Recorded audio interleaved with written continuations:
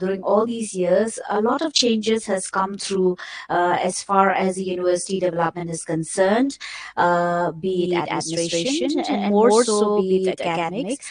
We have moved on and we have been very flexible to change in the system, change in the system of the university, both with reference to the community in which we are locating it, and also change in the sense from the policies and regulation that comes from the UGC. As a small and a young university, for us adapting to this change is not so difficult. So we seems to be moving faster than anybody as far as adapting to the new regulation or new policies, including the National Education Policies 2020. We are already adapting to that.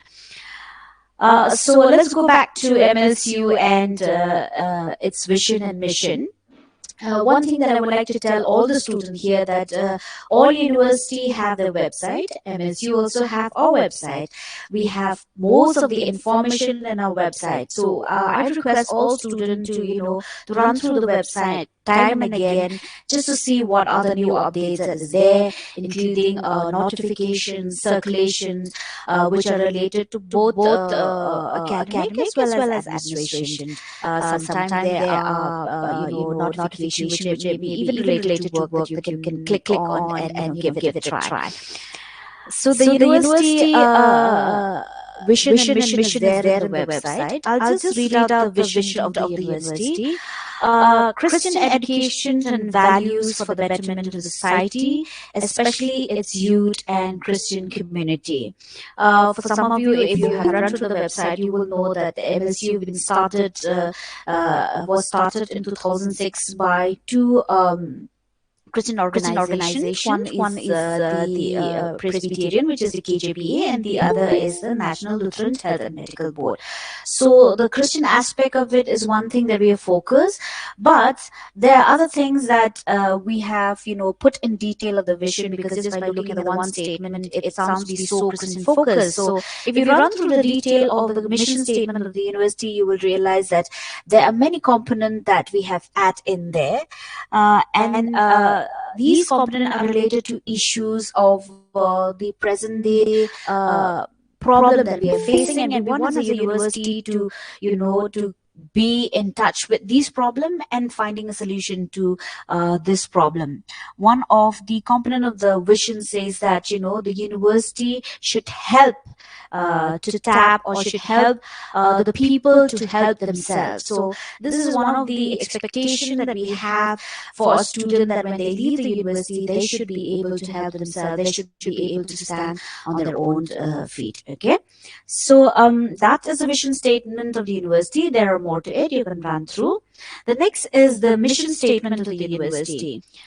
The mission statement of the university, I'll read it as it is: to contribute to the sustainable development of Meghalaya and Northeast India by providing knowledge, skills, and values that will enable our students to become global citizens while upholding gender, ethnic, and religious equity for all, conserving its biocultural heritage, and by recognizing its Christian legacy and commitment. So again, if you look at the mission statement of the university, which was actually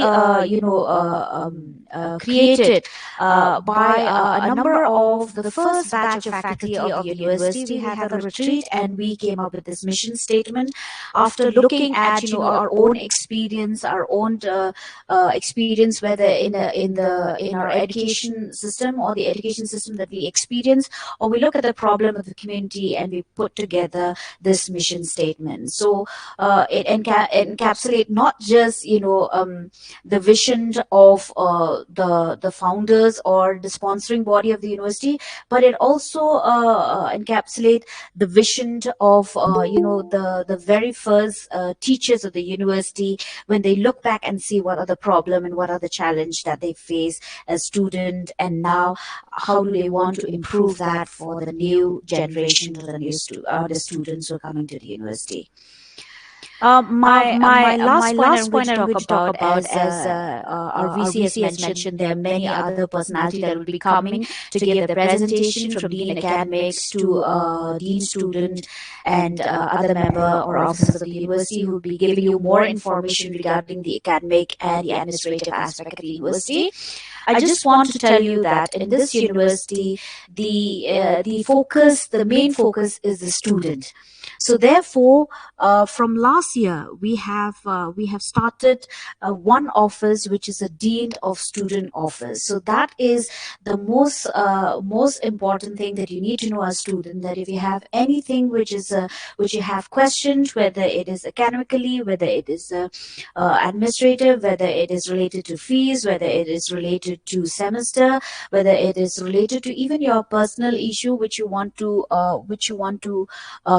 to get help from, we always have the dean of students. So that is on the top list. Remember, we have a dean of students in the university that you can go, and they will help you with any of the problem that is related to your growth as you stay on in this university. The second department that you need to know about the university is the control of evaluation and examination. This is basically to help you with activities which are related, or with component which is related to your performance, your transcript, other certificates that will help you when you leave the university. At the same time, when you apply for further studies. So this is one department that will help you. The other department that you need to know is Dean Academics. So Dean Academic is, as the name suggests, is the office which helps organize the academic aspect of the university. As we say that we are more focused on students, even if students have any problem which is related to academic policies, or if they're not clear with some of the academic policies of the university, we are always open for you to come and question us. So do question us, because the question from the student is very important for us, because that will really help us in directing our academic philosophy towards the need of the student. Then we have Dean Research. As you all know, if you talk to your senior student, you'll know that we really focus on research. And all your senior and you all, when you reach your final year, you will be having to do research. We have our own faculty or expert research in your department, but if there's any other additional help that you would require with regards to research, there is the Office of Dean Research, which will help you. And even if you have a further plan for going for PhD, further study, then we have a Dean Research who will guide you through. Dean Education Outreach is another department that we have in the university. Basically, we have a collaboration with other institutions, and this is one department that will help you in having other collaboration with other institutions. And in case you have, for example, for internship, if you know somebody which department is not in contact, you can ask your department, or you can ask the Dean Outreach to be in contact with the Dean Education Outreach for furtherance of experience, such as field experience, or internship, or any other experience that you have which is beyond the boundary of the university. Lastly, the main office of the university is the registrar's office, which is my office. We have a lot of other sub-offices in our university. And if you have any other question that you have that you think is not linked to any of the ones that I mentioned earlier, please do drop in the front office of the university and ask any question which is related to which you would like to clarify from the registrar's office if you don't know to which office you need to go. The front office will direct you to which office that you would require to go. So these are the administrative office that I would like you all to know and to keep in mind. And again, like I said, please do visit the website so that you'll have more detail of the university. The other component of the university, and I think someone will be mentioning in detail about it, are the values that a university are focusing. So we have a list of our values that we want the student who will be graduating from the university to be having to acquire these values during the time of their stay in the university. Many of these values, I know that you have already acquired them, either from your family, at home, from your parents, and even from the schools and colleges that you have undergone. But there are a few of them that we really want to focus in the university. A few of them that you may not realize are values which are related to sustainability, and there are two component one, which may be different from other values that you have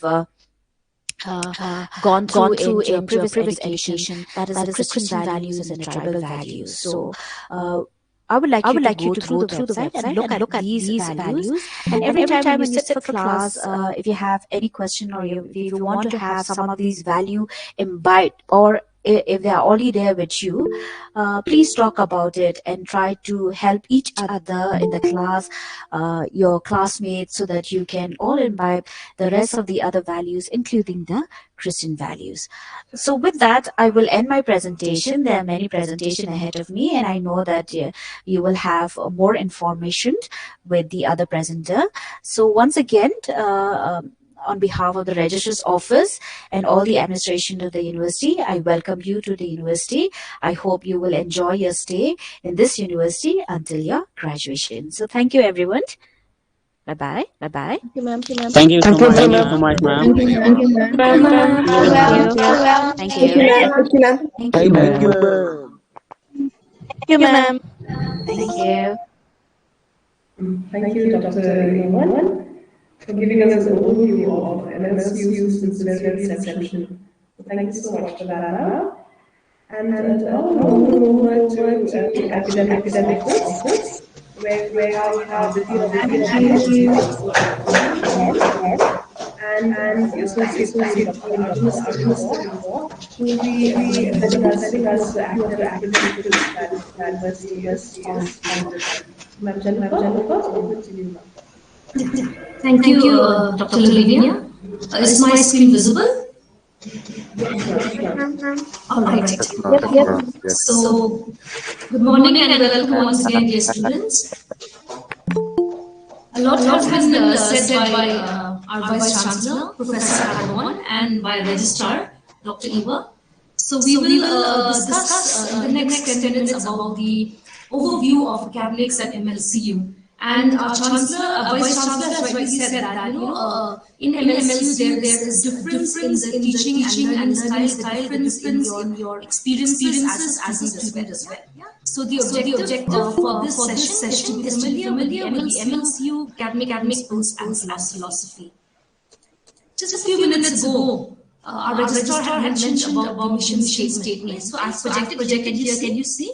Okay, so it is to contribute to the sustainable development of Meghalaya and Northeast India by providing knowledge, skills, and values that will enable our students to become global citizens while upholding gender, ethnic, and religious diversity for all, conserving biocultural heritage, and by recognizing Christian legacy and commitment. So every institution has a mission statement, and all the activities and all the courses and all the pedagogy emanates from the mission statement. That is why you need to be familiar with the mission statement. In a few weeks now we'll be handing the soft copy of the student handbook. All of this will be available. So we have, looking at our school departments and centers, we have 13 departments. I hope you can identify which department you belong to. So we have the School of Social Work, which has 4 departments. And under that also we have other departments like EHS, theology, so on and so forth. Okay? So I hope you're able to identify which department you belong to. Then we have Center for Gender, Center for Sustainable Development, Center for Counseling, Center for Career Advancement, and for Publication. For the first semester UG students, I think we've had a session on knowing myself as part of foundation, right? And you also had some career skills with Dr. Julian. Yes. Yes, students? Yes, These ma'am.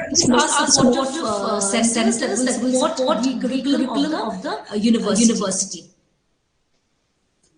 So we have, let's come now to the academic principles and philosophy at MLCU. If you look at the courses that we offer, they're mostly job-oriented and career-centered. We don't usually offer, bachelor's in history or bachelor's in philosophy per se. We look at job oriented and we look at the demand of the market. Okay, how do we determine that? At our board studies, we have representatives coming in from the field of academics as well as from the industry, and also at the internship we do take feedback from the industry to know whether a particular subject is still relevant.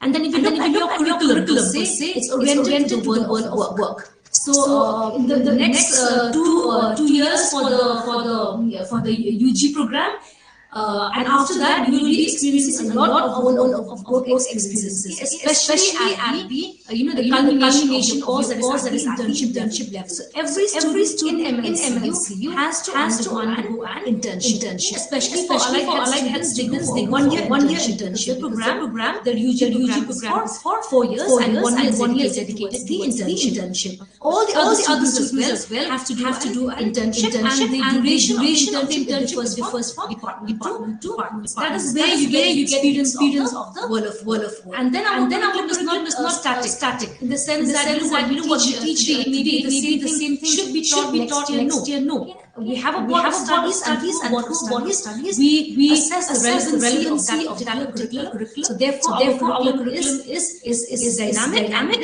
is iterative. It is also competency based. I'll give an example maybe from social work. So social work you have sets of competency which your teachers will share with you. When you go to the field, these are social skills that you imbibe. Like health students, for example, you have some maybe MLT students will need to have certain competency, for example, drawing of blood, MIT students maybe how to locate certain positions, so on and so forth. So most of the assessments will be competency based and very less knowledge based. So at the beginning, yes, assess for your knowledge, but we look more into your competency based, looking more into looking more into your affective domain. How have you grown as a person in MLC? It's not only how much you learned, how much you have grown, the affective domain, your affective side, your emotional side. Have you grown with us?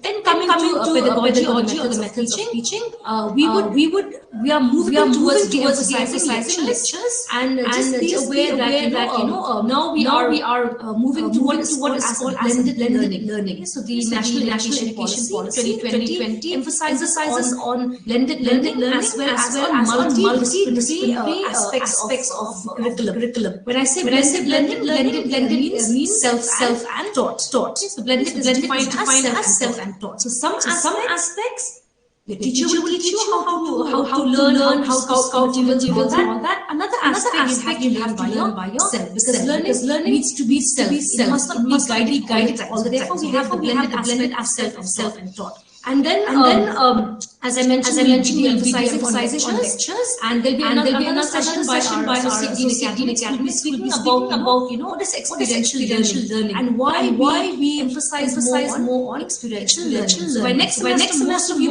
will go to the field. So maybe go, for example, tourism will next week. Seniors Natyam to go and see what is there. Natyam. Why is it important as a field work?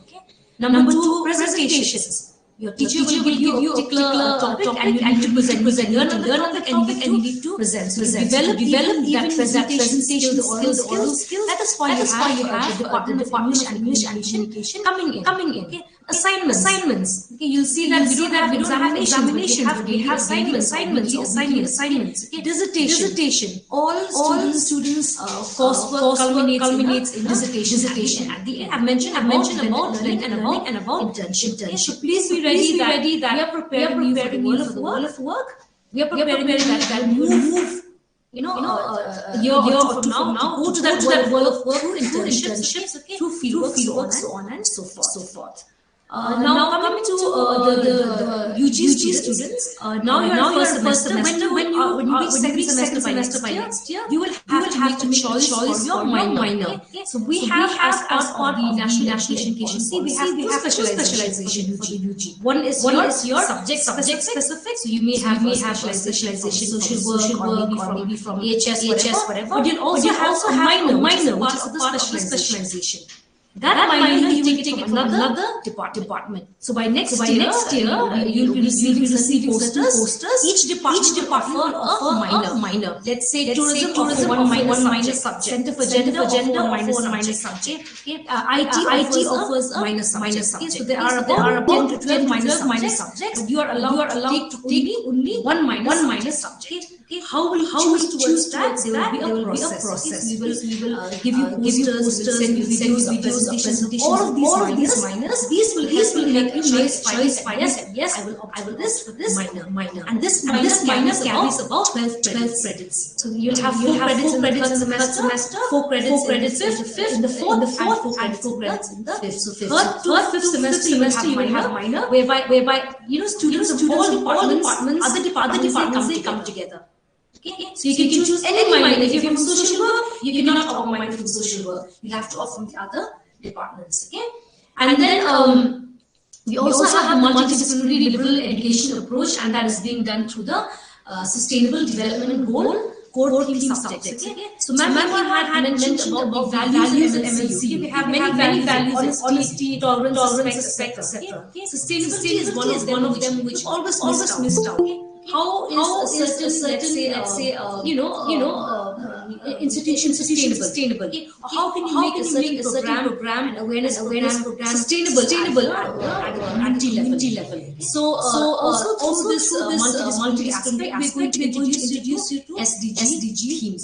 So you'll be sitting for these interdisciplinary classes, which will be taken by teachers from different departments. So you may belong to let's say IT department doing your BCA, but you have to sit for these SDG subjects, and then schedule for that. It will happen sometime in January, or when you sit in the first semester, the last part of your first semester, and then second semester up to the fifth semester you have SDG based subjects. Look up what is SDG. That's homework for you. Sustainable development goals. Please look up. How many goals are there? What are the goals? Why do we need young teachers like all of you? What are SDGs? That is the multi aspect which means different departments coming together to teach the SDG. Then research, as I mentioned, that you need to conduct dissertation. You also need to field to get data, all of that. Most of our research is mostly community based. Yeah, it's community based. Okay. One second. Yeah. Can you see my slide now? Yes.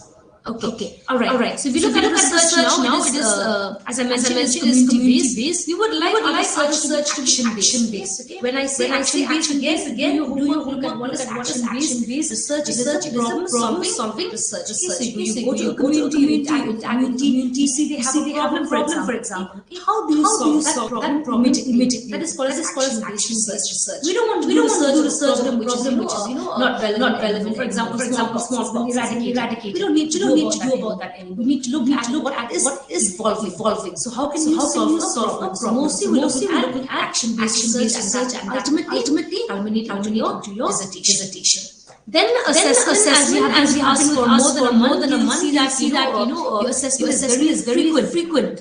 That's why the word CF again this will be spoken by our controller. C stands for continuous. F stands for formative. E stands for evaluation. So you'll be having continuous, formative, evaluation. Okay. And when we say formative, it means that the teacher, after you finish the assessment, they will if it's a paper pencil, turn back your answer sheet or presentation, give feedback to ensure that if you've not learned, you can relearn. That's why it's called as formative. CFC, continuous, formative, evaluation. Coming to the academic structure, we have two semesters per year. Your autumn semester is from July to December. But in this case, since because of we started late, so for most of you it would be September, January or February, and spring would be from February to June. And each semester has 15 teaching weeks. Okay, each semester has teaching weeks, but we usually have a semester 17 weeks long because university we have other public holidays. So usually our semester is about 17 weeks long, of which 15 is dedicated to the teaching. Okay. All right. My last slide, second last rather. If you look at your credits, I think your teachers at the department orientation would have informed you that at the UG level, if you opted for a 3-year course, the number of credits is 96. If you opted for a 4-year course, the number of credits is 128. And for the postgraduate students, the number of credits is 64. Okay? I will not delve much into the grades and point because that is what I will be talking about. And then we like to claim, and I know our claim is authentic when we say that we are a student-centered university. We have a department or an office, dean's office, where all your grievances can be addressed there, any problems that we have. But we also look at learning to be more directed towards the student. Okay? How do you learn best? As teachers, we are going to give our best effort to make sure that you learn best in the way that you learn best. Because every individual student is different, and you may have done in the first part of foundation course myself. What are your strengths? Do you learn best through listening?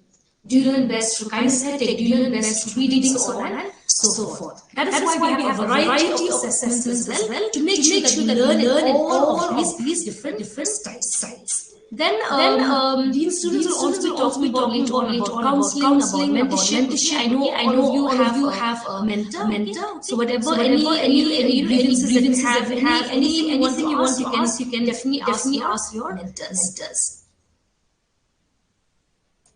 Okay.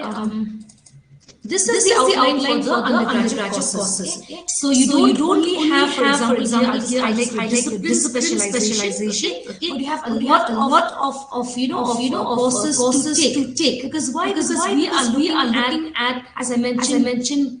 What is mentioned in the mission statement? We are looking at the values and looking at gender sensitive, looking at bringing in students who are mindful about the environment, so on and so on. That is why all of you will have to foundation course. For now, you did knowing myself, you did career skills. Okay? Next semester you have education. And I'm sure your faculty also told you that there is an online basic COVID knowledge skill which you can access from the website. You have to complete this course by January. It's a self-study course. All of these are part of your foundation. Then next semester you have gender studies, environment values, so on and so forth. Okay? Then of course you have your discipline-specific majors, and having your as part of the choice-based credit systems, your minor which you will choose next semester. And I've mentioned you'll be doing SDG subjects. You'll also have NSS. Whoever opts for NSS will be getting about 4 credits. Okay? So that again, Dr. Wada will be talking about later on. And most importantly, since we're moving towards blended learning, so you will be needing a requirement to take courses online, maybe 4 or 5 credits. Again, your teachers will inform you that is from platforms called as the MOOCs, massive open and online courses. So you can take these online subjects from platform MOOCs such as Swayam, Coursera. Okay? Remember that all of these will accrue towards you getting 96 credits, and all of these will be reflected in your transcripts. All of them. Okay? Suppose you go for a camp, for example. You go for a camp, any awareness program. All of these experiential learning activities also will be mentioned in your transcript and your profile. So at the end, when you graduate with you, all of these you carry with you, and you can go to your employer and say, these are courses and so on and so forth. So we ensure that you become a wholesome individual and not say just a social worker or just BCAC or just an MLT person, but also you need to know all other aspects and make your life wholesome and curriculum, as we say. Then for the PG outline, you have about 64 credits for 2 semesters, for 4 semesters, sorry. Then there is a gender component which you'll have to take in the second semester. Then NSS, then current affairs, and also you can opt for basic teaching learning skills. House under the Department of Education. Then you'll be having about 4 credits of English, and again you'll be required to take a few courses online. So I hope that is clear, students. Any questions before I hand over the session to my colleague? Any questions?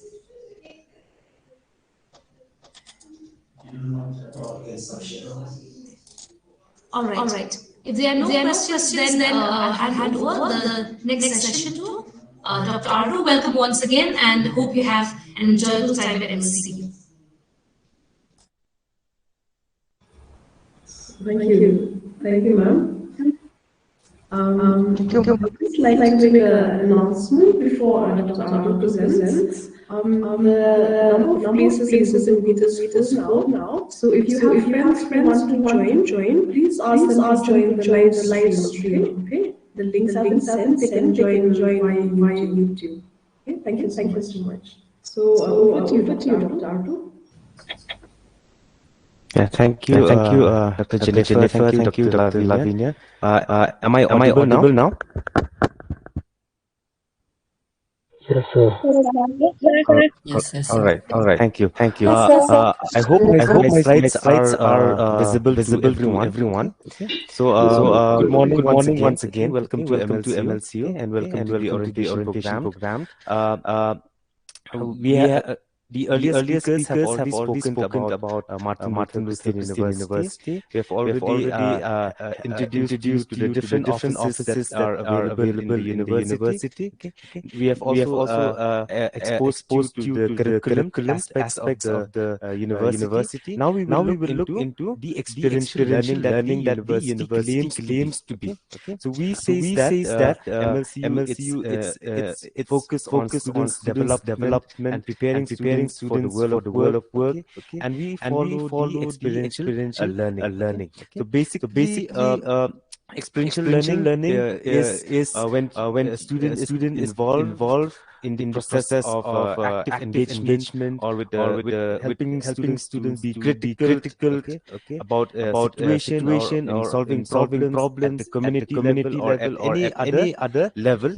Okay. So you will be having experiential learning throughout your 2 years and your 3 years course with MLCU. So basically you'll be involved in the fieldwork, in your field, in your internship programs. You'll be organizing seminars, workshops, presentations, and street plays. And for those who in the hospital settings, you'll be drawing blood. You'll be doing all of those experiential learning work. Okay. So we will ensure that whatever is being taught at the classroom level is not only left at the knowledge level. Okay. You'll be giving an opportunity to practice what you have learned. Okay.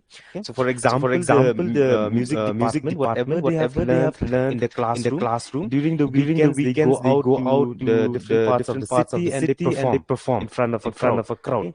So we have what they call music by the lake, where they would go to a Worth Lake and they would set up the stage, they would set up the sound system, without the teachers being with them, but teachers might be for guidance, but the students will do all of that, and they will start performance. Okay. Same thing with the allied students. Basically, if they may conduct a health cam and they may do the registration, they may do the BMI, weight calculation, and they will be administering different kinds of eye checkup and all of that. Okay.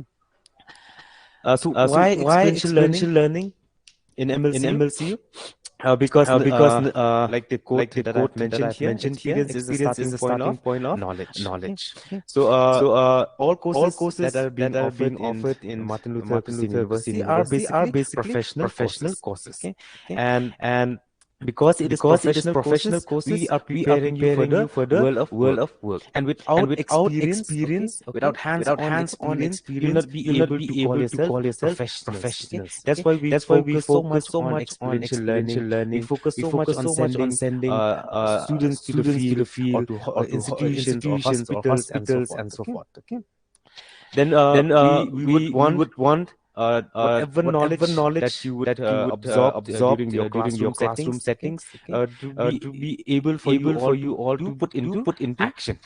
Okay. Because knowledge very soon you'll forget whatever has been taught in your classroom. Okay? But if you have really practiced it, we believe that you'll remember what has been taught. Okay? So practice solidifies the learner's gaps of knowledge. Okay? So with more practice, you become more confident, and your knowledge becomes more. It solidifies in your mind. Okay. Confidence about what you can do, and what you can do about what you have learned. Okay? So experiential learning or experiential curriculum in MLCU is because of all of these points that I've mentioned. Okay? Number one, professional courses preparing you for the world of work, to put knowledge into practice or into action. Okay? And to help each one of you to become more confident about what you have learned, and so forth. So looking at this Dale's cone of experience, okay, you can spend some time looking at this pyramid. Okay. If you look at you can see at the top we have reading, hearing, viewing images, videos, and so forth. Okay. Let's look at how much you can retain information regarding all of these categories. Okay. So by reading alone, okay. So if you only read through your notes that you have.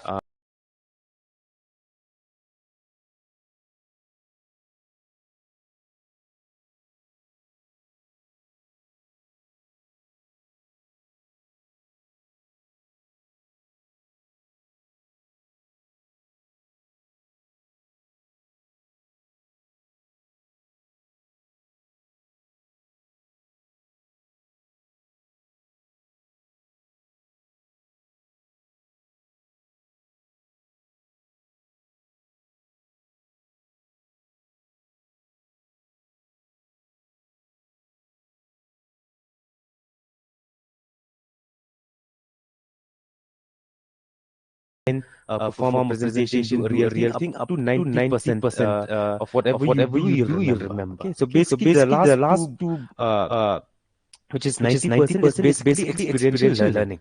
Okay?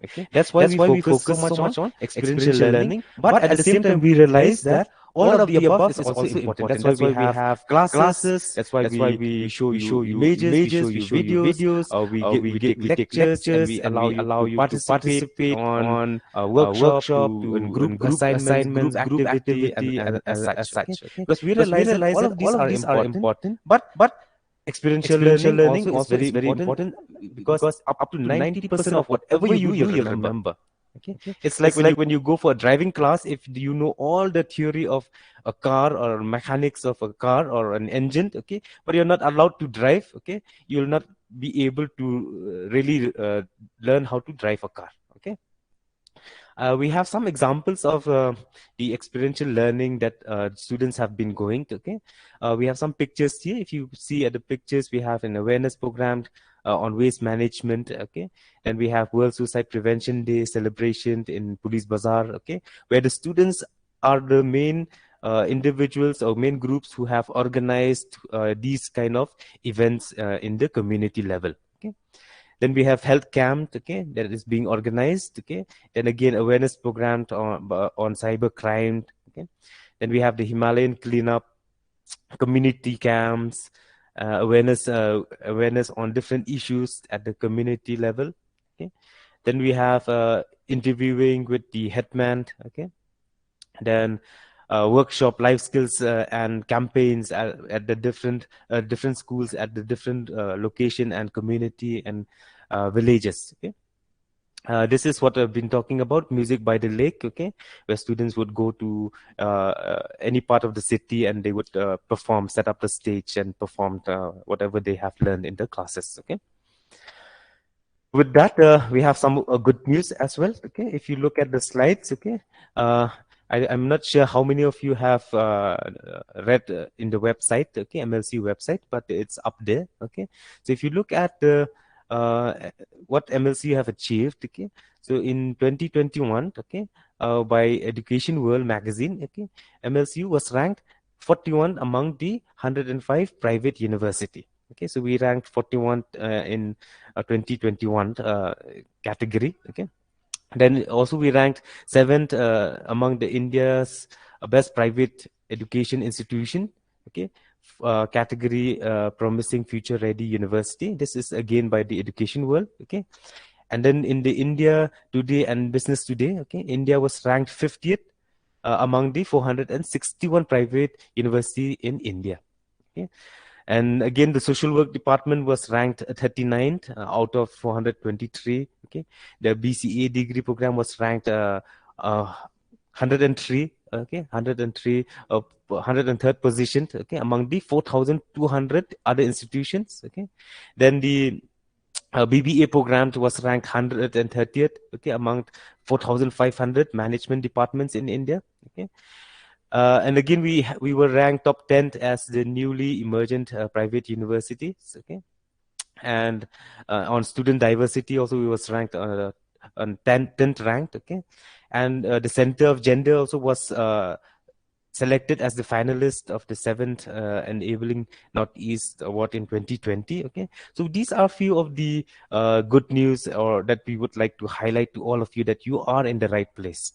Okay, you are in the right place. You are we will assure that you will, but when you graduate, you will be ready for the world of work. Okay, you'll be confident with whatever you have learned in the classroom. Okay, with the experience that you will have. Okay, and I wish each one and every one of you beautiful stay with us, and we will learn together and we will grow together. So thank you once again, and welcome to MLCU. Thank you, sir. Thank you, sir. Thank you, sir. Thank you, sir. Thank you, sir. Thank you, sir. Thank you, everyone. Thank you, sir. Thank you, Dr. Thank you, sir. Abdul. Thank you. So if there was one term that you should take away from today's presentation, right, it's experiential learning. And I'm sure in your time in MLCU, you will experience what that is. Okay. So now we'd like to invite Dr. Marina Marwin, who's the Controller of Evaluation and Examination. Ma'am also has a very important role to explain to us what this means. So ma'am, if you're online, I'd like to invite you for the next presentation. Yeah. Good morning, students. Good morning. Thank you, Lulu. Yeah. Good morning. Morning, ma'am. Good Good morning. ma'am.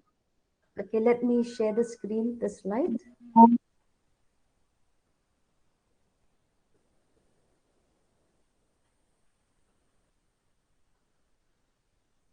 Okay, can you see the slide, students?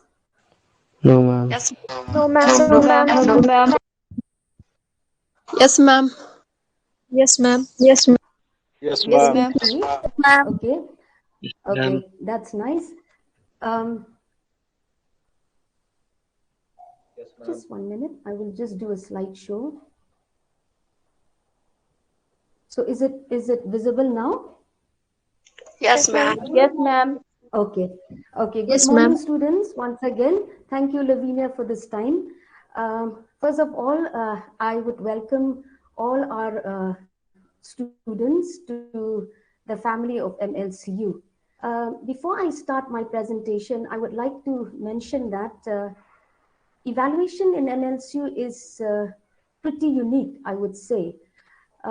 You've joined MLCU, and I feel that you've been exposed for a month or two with all the different activities that we do and perform in the university. I believe most of the departments have also enlightened you on the evaluation system of MLCU. But I would really want to emphasize that although you will feel that there are very frequent assessments evaluations that are being made. And since I'm in this office looking at evaluation, I would really want to emphasize on this point, students, that from the beginning of your course, from the beginning of your semester, try to complete your assignments. Try to do the formative evaluation that the teacher will give you. We will talk more on that, but I would emphasize that you take responsibility to complete the assignments, the activities that is being given to you.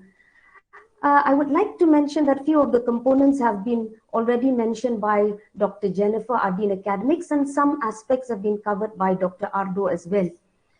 I think you will feel that there is a lot of, or a sense of, or a feeling of transition from your college life to university life, okay? And one of the aspects that you really feel the difference is on the evaluation aspect, in which in MLCU, your learning always followed by an evaluation or an assessment. And by now, I believe you've understood why this process is being carried out. Okay, because we always consider learning to be a continuous process. Learning does not stop when at the end of your academic year, you'll be writing your exams and you'll pass.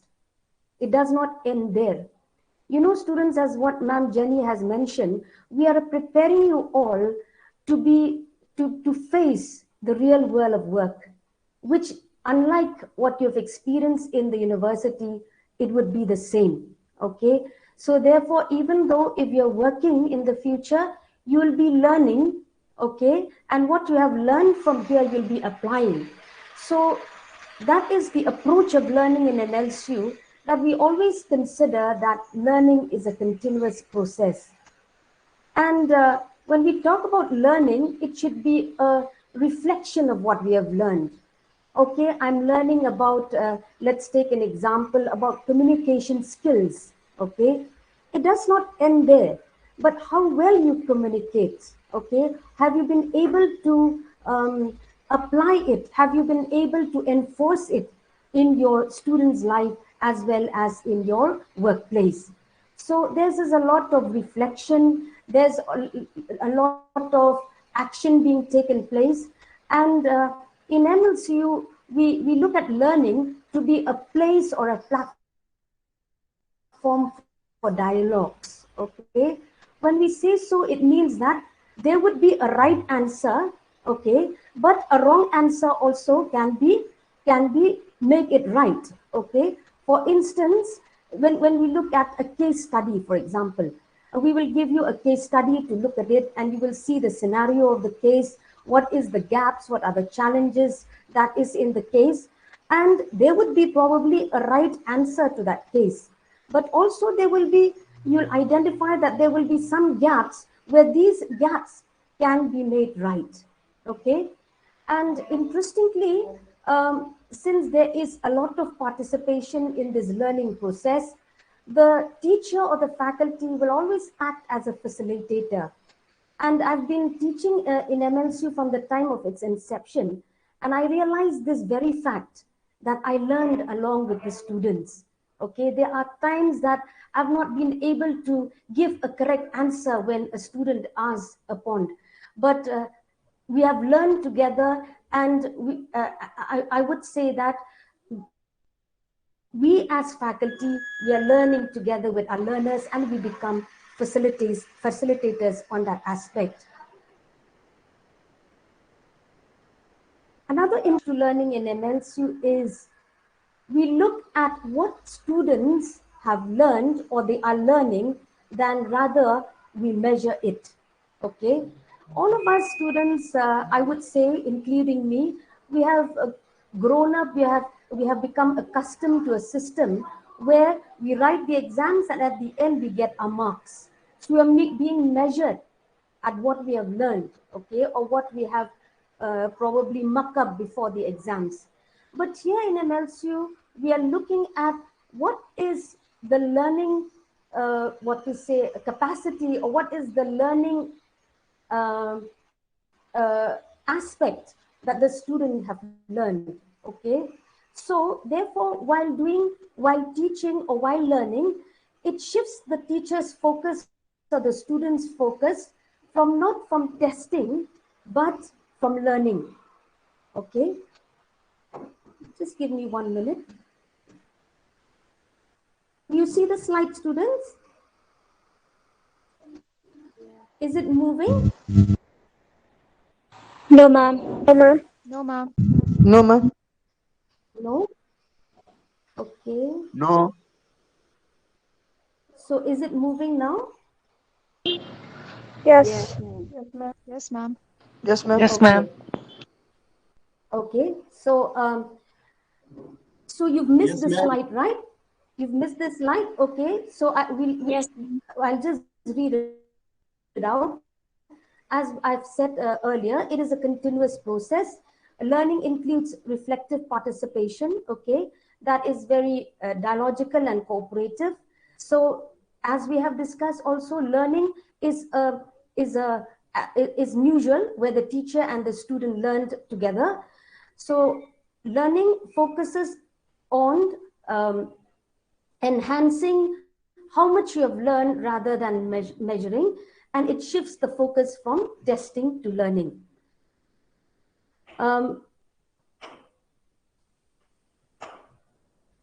Okay, can you see the slide? Evaluation of learning, evaluation for learning. Can you see the slide, students? Yes, ma'am. Yes, ma'am. Yes? Yes, ma'am. Yes, ma'am. Yes, Okay. ma'am. Yes, ma'am. Having said, Yes, ma'am. okay, I think you've listened it well, what I've said in the earlier slide. Which one do we follow in MLCU? Or which one is the essence of MLCU? Or which one is the approach of MLCU towards learning? Is it evaluation of learning or evaluation for learning? Please answer. Which one, students, do you feel that we are following in MLCU? Very good. Evaluation for learning. Okay. Thank you, students. You got it right. Okay. Let me come quickly to what we understand by continuous formative evaluation, and in short, it is commonly known as CFE. As we have said, students, it's pretty difficult, okay, I would say, for faculty to handle I would say a diversity in a classroom situation, where we have students with different backgrounds, culture, religion, caste, and creed, okay? Of course, that is being looked into, but at the same time also, we are catering to students with multiple intelligences. And in MLCU, we do take care that all these different intelligences that students possess are being taken care with, okay?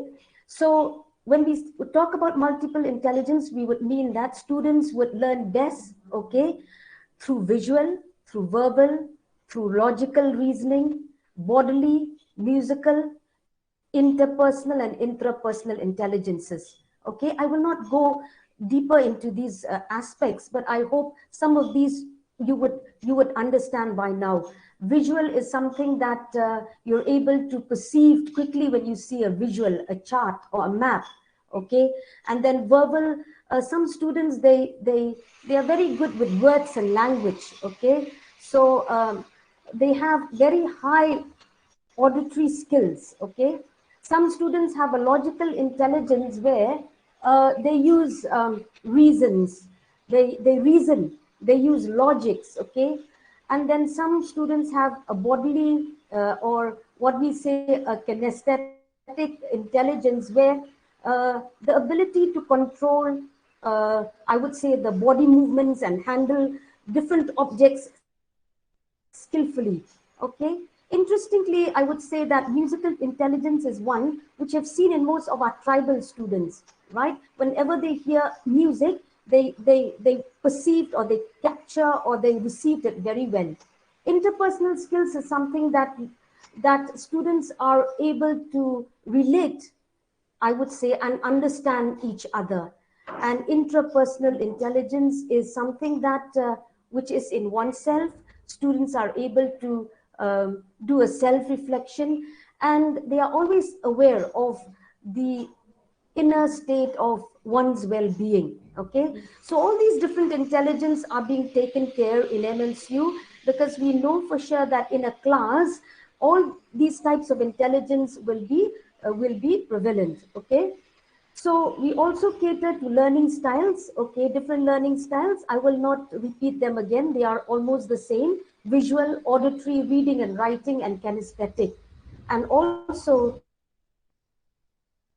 the personalities of students. Students have different personalities. Okay, as we all know, everyone is unique by our own respective nature. So the continuous formative evaluation will help address these different intelligences, styles, and personalities. Okay, can you see this next slide, student? Yes, Can you ma'am. see? Yes, ma'am. Okay, quickly I'll go through them. Okay, what is CFE? Continuous formative evaluation, or in short CFE. They are any form of frequent assessment that is being carried out in a classroom situation, or like what Dr. Ado has said, experiential learning. So you will realize, okay, of course, with the online mode of learning, there are few aspects that will not be will not be able to incorporate. But in a full class situation, in a physical class situation, students, you'll always have a session where a lecture or an activity is being carried out, and some time is being given to you to do the activity, and you'll being assessed. And this particular activity will help us, or will help you understand what are the strengths and weaknesses that you have while learning a certain activity. Okay, unlike summative, you're not able to learn what you have not understood. But in CFE, you'll be able to evaluate yourself, you'll be able to understand yourself, whether I've really learned, whether I've really understood, whether I can really apply this particular lesson that I've learned today in the future. Okay, if not, then faculty will do some reteaching, they will do some reassessment, there will be some reinforcement on that particular topic, so that you'll be able to understand. Okay, and you'll be able to give the assessment again. So all these frequent assessment, students, in the form of, I would say, a project work, a group work, an assignment, a discussion, a presentation, maybe a test that you have to write, an essay, any interviews that you're going to do, say, for example, a mock interview, quizzes, debates, all of these different types of frequent assessments will be given to you. And after which, okay, if after these assessments, the teacher can see what have you learned, what have you not learned, and they will try to look at ways to improve or help you to learn better. CFE is always a practice that is always led by a teacher. Okay, that is why we say that it is a practice or concept that is teacher led, meaning that a teacher is in a position to, since they are familiar on your performance, number one, they are familiar on the multiple intelligences that you have. Number two, they are also aware that what are the different ways of assessment that this student would be able to score higher, for instance. Okay, instead of 2, a student might get 4. Okay, so therefore these variety of assessment, students, based on your different intelligences, based on different interests that you have, will give space for you to improve much more in your learning. So the teachers can review the success and plan improvements based on the formative results. There are few photos or pictures that will show the different activities that you will undergo, or maybe some of you have already done these or you've already undergone. So this is a presentation, health sciences. Okay, the next slide. How are formative steps taken? As we have said, all these frequent assessments will be done, okay, on a day, and the feedback will be received by you on the spot or maybe on the next class, okay?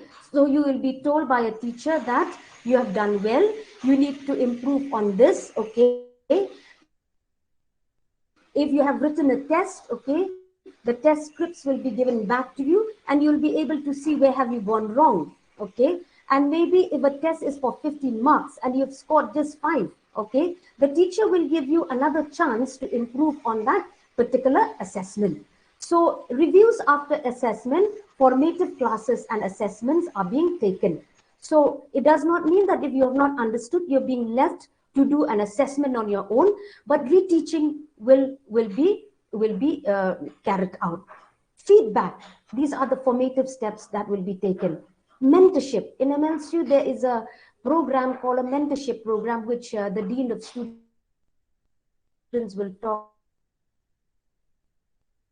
about loudly. So mentee will be assigned to a faculty who is called a mentor, and they will be able to deliberate, to discuss on what are the gaps that you have encountered, what are the challenges you face in your academic learning. For any research projects, you'll be assigned a supervisor, and under the supervision of this supervisor, you'll be able to receive a lot of formative steps to improve. Peer evaluation, this is one of the important concept or practice that we do in MLCU, where your peers will evaluate you, okay? How is this being done? Say for instance, if let's say if we write a test which is of multiple choice, okay? So after which the scripts will be interchanged between your classmates, and your friend will do the evaluation for you and you will do the evaluation for your other friend. In case you got the answer right, that is good. But in case you got the answer wrong, your friend who got the answer correct, okay, will help you explain why the answer, why the example. But peer evaluation enables or permits a way to improve, because between classmates you are free to identify weaknesses, you are free to identify the pros and cons of each individual.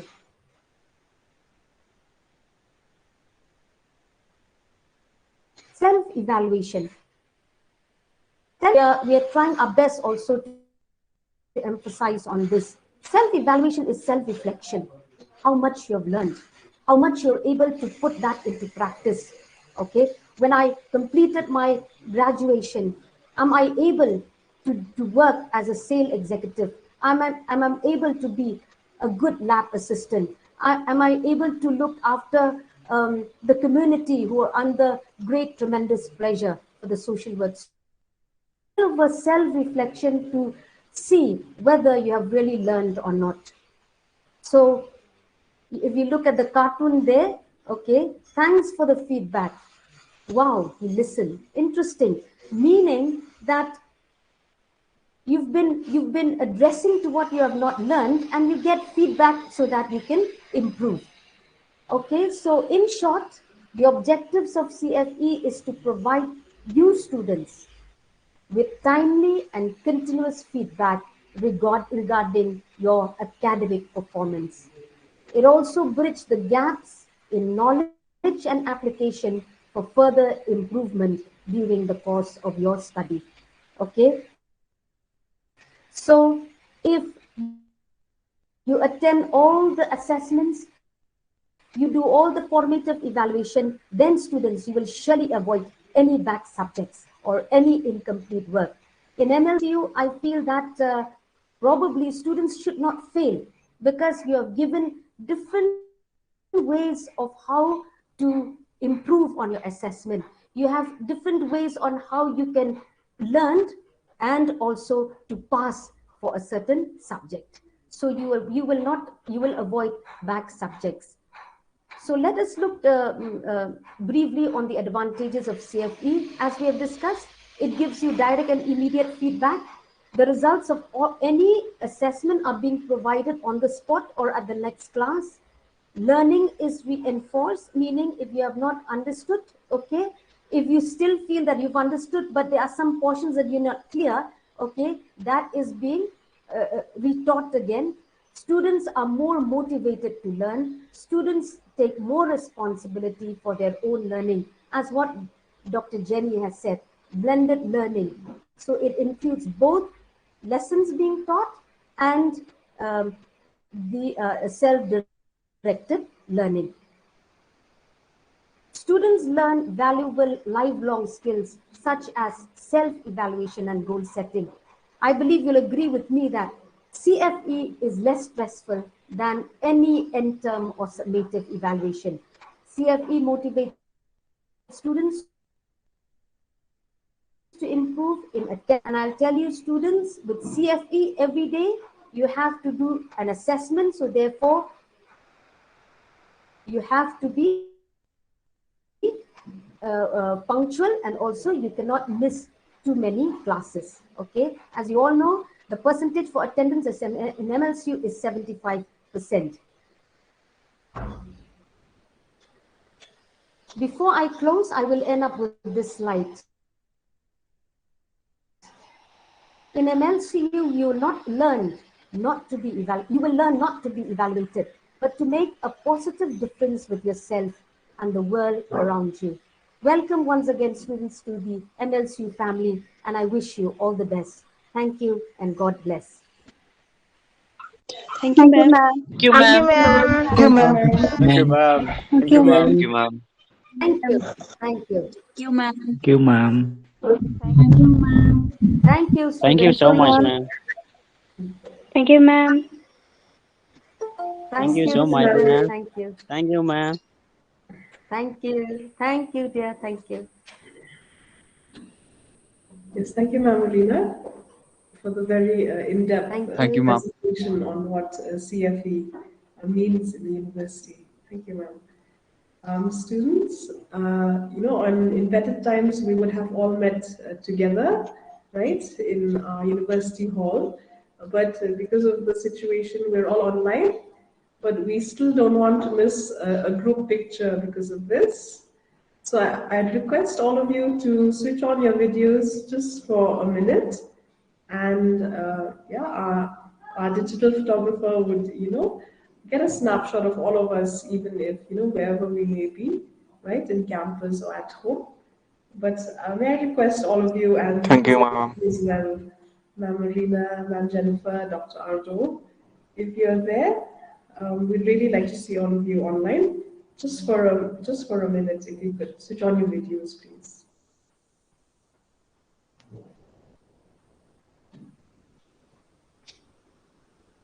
Yes, students, can we see more of you? Yes, thank you. We can see some of you. There are quite a lot of us. There's 250 here in Google Meet, and others who have not been able to join here are watching online live stream, right? So just for a few moments.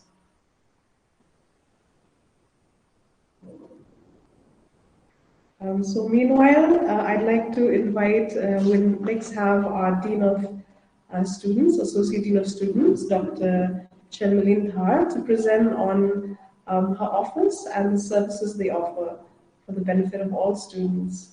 So Ma'am Shell, if you're there online.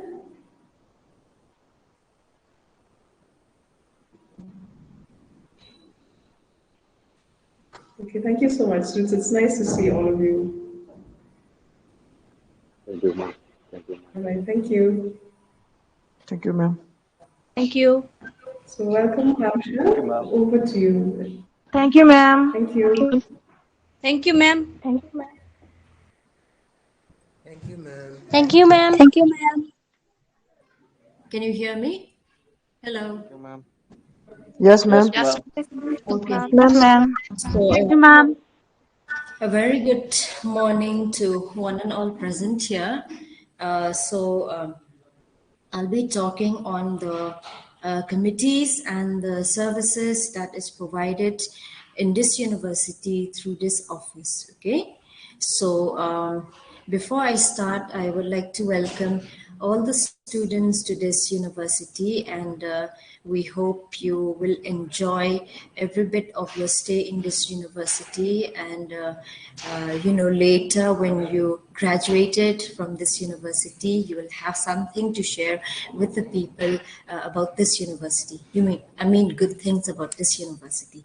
So yes, let me go to the presentation.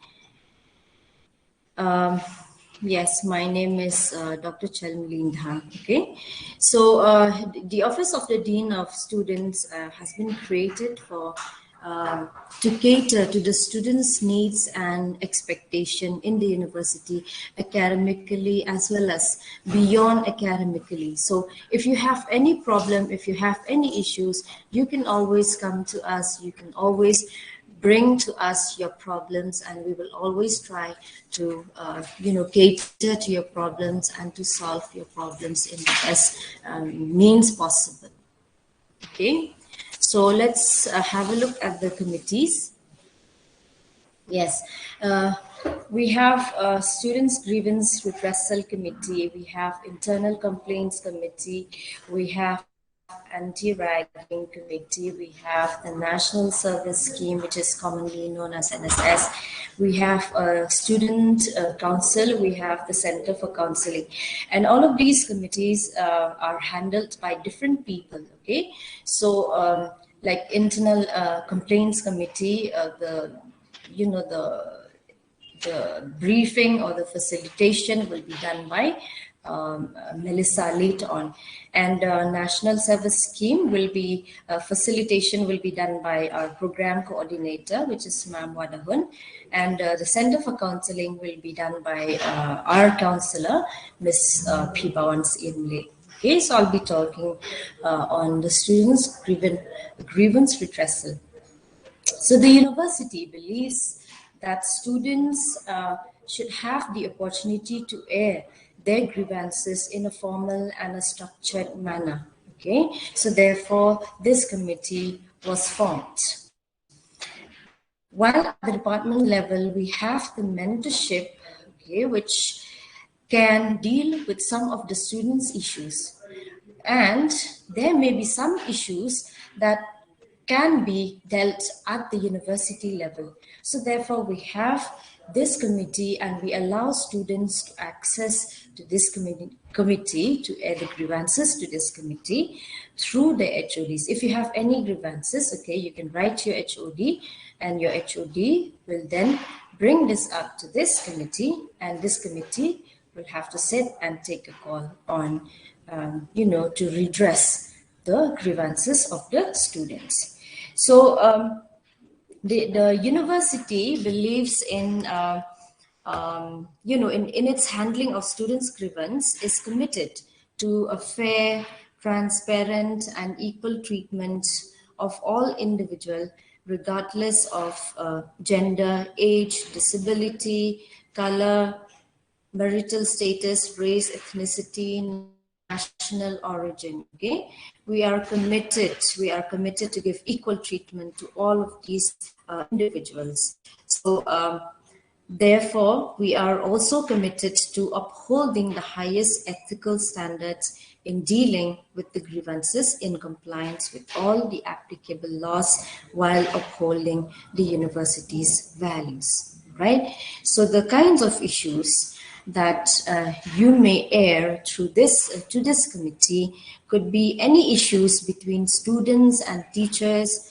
or a co-student, or any employee of the university, or if you face any discrimination, in the university, okay, which is either based on race, community, religion, financial status, etc., etc., you can always air your grievances. And also another thing is, if you face harassment, okay, based on gender, sexual orientation, or sexuality, which could affect your physical or mental well-being, you can also air your grievances to this committee. Right? Okay, so the next one is the anti-ragging policy, or the anti-ragging committee. Okay, so the university has implemented the regulations notified by UGC on curbing the menace of ragging in higher educational institutions 2009. Right? So for anti-ragging, you can always write to your HOD or to the chairman of this committee. Then the HOD will take it up to the committee. Okay, so you can either write to the HOD or to the chairman of this committee. So if you are a victim of ragging within the university, or if you know somebody who is a victim of ragging activities in this university, you can always report the same to your HOD or either to the chairman of this committee. Okay, so the objectives of this committee is to prohibit any conduct by any student or students by words spoken or written, or an act which has an effect of teasing, treating, or handling with rudeness a fresher or any other student in the university, or if there is any rowdy or indisciplined activities which may cause annoyance, hardships, or any psychological harm to a fresher or a junior or to any student in this university, you can always report the same. Okay. Okay. So next is yes, the student council. The student council is a body of elected students and faculty representatives from each department across the university. Okay, so this body plays a very important role in the university in overlooking the overall students' well-being, coordinating numerous students' activities and programs. So any future events or any events that is happening in the university, the student council members plays a very, very important role in keeping it rolling and in ensuring that the activities is conducted in a successful manner and in a meaningful manner. So what you have seen now is we have the Aurora in the university, and if you go to our website, the first thing you would see is Aurora 2021. So you can see the pictures from the Aurora. Okay, Aurora is just a name of the University Week, as we used to call it. Okay, so University Week is called Aurora here, and then when you go to the website, you can find so many pictures from Aurora. So this is the week that we have Aurora, and you could see that the student council members are busy running up and down, okay, round and round the university. They make sure that everything goes right, and they make sure that the activities is conducted in a meaningful and a successful manner. Okay, okay, so let me go to the next slide. So next we have the library services. Okay, our library is named after late Dr. Honeywell Lindor. So I don't know if you have visited our library or not, but it's there. It's at the ground floor at the back side of the building. You should visit our library. Okay, you should visit our library. So our library is called Dr. Honeywell Library. So we have more than 7,000 books. We have more than 7,000 books. We have educational, we have fictional, we have theses, numerous dissertation in the library. We also have textbooks, we have reference books, we have journals, we have magazines, we even have newspapers that you can go and read every morning in the library. Okay, so Yes, in total we have 7,076 books in the library. Okay, and we also have facilities like JGate. Okay, where you can browse in the library for articles, for articles for reference. You know, for any ebooks. It's a kind of a digital library where you can browse anything that you want. I mean, books which may be relevant for your research and for your assignment needs. And we also have JSTOR, okay, in which you can browse for e-journals, for which you can browse for ebooks, okay, like I said, for your assignment needs or for your anything related to your research. And we do have this Koha. We use Koha software in our library. Okay, this is an integrated library system, which you can also use like every day in the library for your assignment needs. Yes, please do visit our library and enjoy all of these books. Okay, so the next slide will be systems. So as soon as the student is admitted in MLCU, the names were sent to the director of systems so that the director of system can create an email ID for the students with MLCU domain in it. Because if we use Gmail, if we allow students to use Gmail, sometimes it's very difficult to track the students. We don't know the students who is who, because the names, their own names and the names in or the email ID does not match. So sometimes it's very difficult to track a student's response during Google Meet or during live classes. So therefore, we took up this step to send the names to the director of systems for email creation, email ID creation with MLCU domain.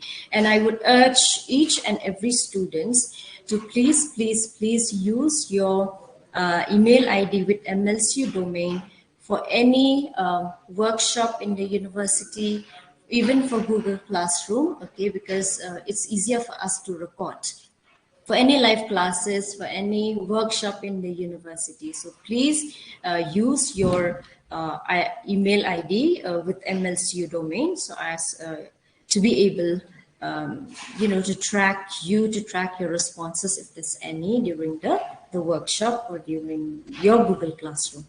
Okay. Okay. So next slide is yes, gender champion.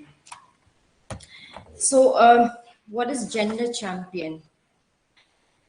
This is a rule and guidelines that is given by the UGC to all the higher educational institution. This guideline has been prepared by the UGC and it has been shared with all the higher educational institutions. Okay, so the university also implement gender champion in the university.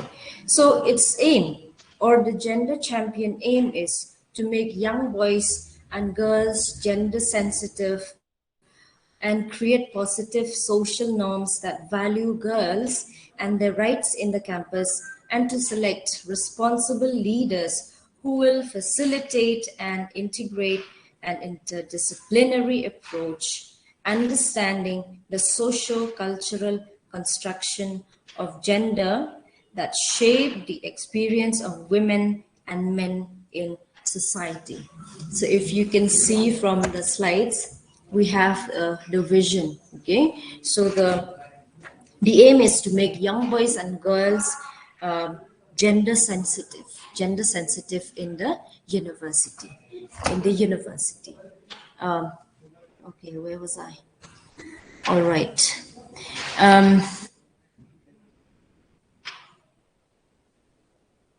Okay, can you see the slides now? The letters are so small. Can you see the slides? This slide, can you see the letters? No, ma'am. You can't see? No, ma'am. No, ma'am. You can see, ma'am. No, Yes. ma'am, I can. Okay, so in the poster, I have already. Okay, so in the poster, you can see we have vision, we have responsibilities, we have eligibility for criteria to become gender champions. Okay, this will strengthen the potential of young girls and young boys to advocate for gender equality and monitor progress towards gender justice. So the vision is gender champion are envisaged as responsible leaders who will facilitate and enable environment within their schools, colleges, academic institution where girls are treated with dignity and respect. So the responsibilities will be to engage a variety of stakeholders from institution, women's group and media on gender issues, to organize awareness programs on various gender issues, to organize exposure visits to various institutions and villages, to document best practices and display the same through exhibition, fests, annual magazines. Okay, and the criteria, the eligibility criteria is you should be an MLCU student, any gender can apply for gender champion, and you should enroll in and regularly attending classes in MLCU. So that's why you should be a very regular student and your attendance is very, very important. And then you should have a good understanding of the social issues and prevailing gender norms and practices. So for any queries, okay, you can write to this mail that is mentioned here, laviniamaulong@mlcunif.in. Okay, for any queries on gender champion, you can write to this email. And you can get the application forms from your HODs. Okay, so kindly submit your application forms before February 28, 2022. All right, before February 28, 2022. Pardon, ma'am? Okay. Yes? Yes, you can get the application forms from your HODs, from your respective HODs, and kindly submit your application forms before February 28, 2022, which means next year, February next year. So if you have any queries, if you have any questions with regards to gender champions, you can write to this email, laviniamaulong@mlcunif.in. Clear? Okay. Can you all switch on your camera, please? This is a student's pledge. This is our pledge. Okay, as students, when you come to the university, we need to take this pledge and we need to remember that we are bound by this pledge. All right. So switch on your camera if you can, and switch on your. You unmute your microphone, and you keep your right hand across your chest. And you follow after me, and you repeat after me. Ready? We, the incoming students. The slide hasn't changed. I can't hear you. Ma'am, please change the slide. We, the incoming students.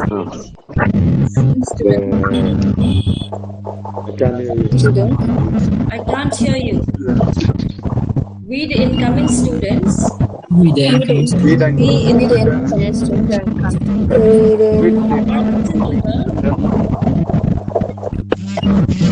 Christian University. Bound always of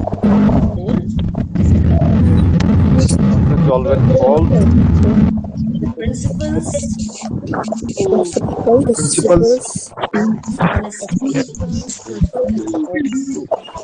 transparency, integrity,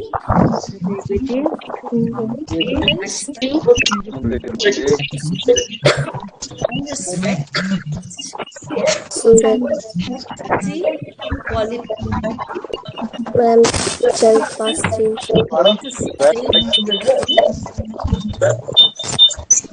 Perseverance,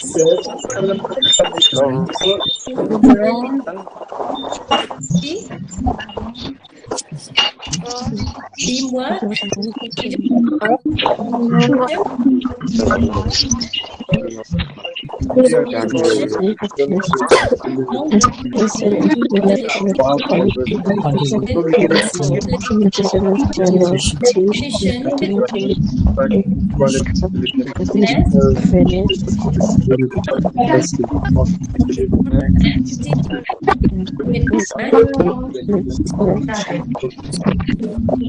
us help in the university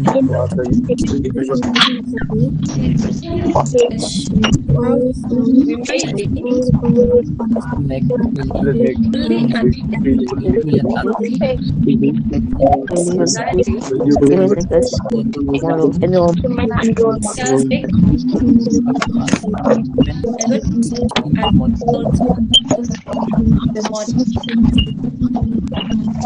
thank you. Thanks. My last slide. It's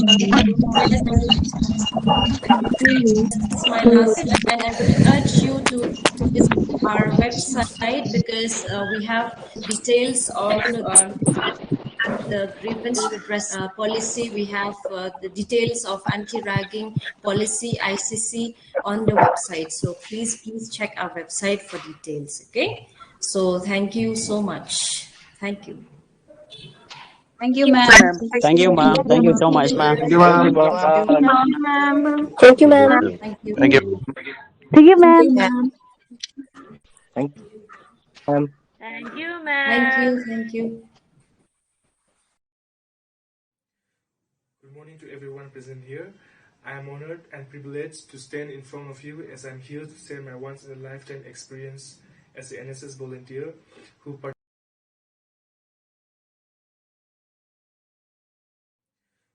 Good morning to everyone.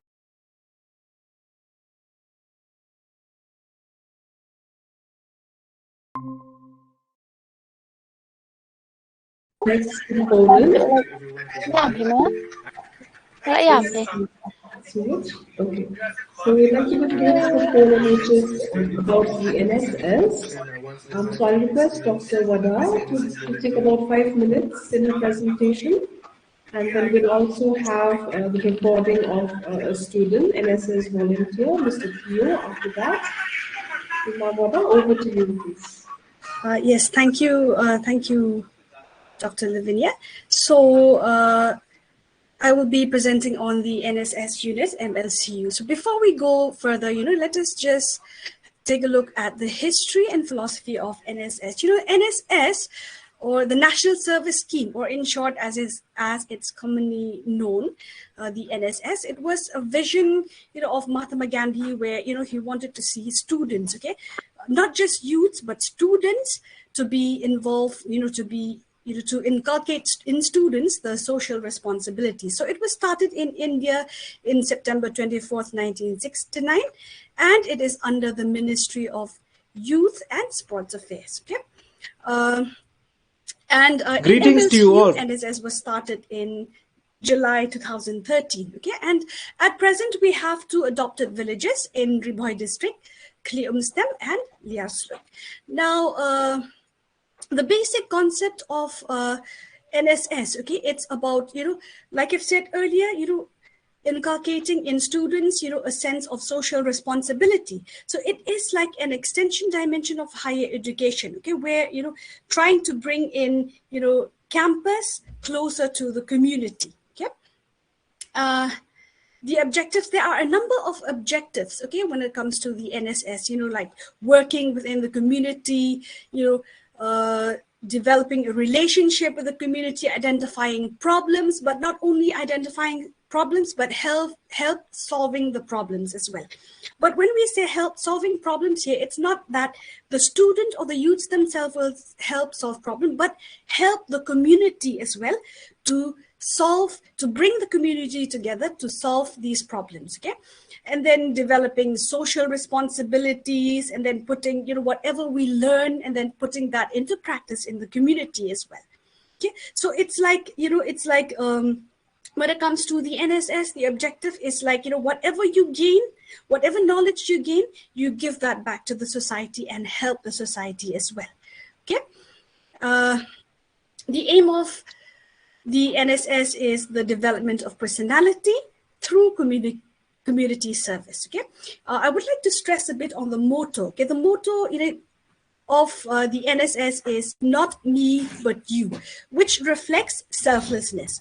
So in the education, according to the NSS, the vision, okay, of the NSS is about, the education, whatever education that we get, okay, is not just for my benefit. Okay, I'm not the only one who will benefit from the education that I get, but the society that I live in will also benefit from it, which means that, I'm not really saying that, you have to donate your salary, okay? Not necessarily that, but whatever we do, it's not just about, solving problems, but, but volunteering in the community, but it's also about, promoting peace and integrity within the society that we live in as well.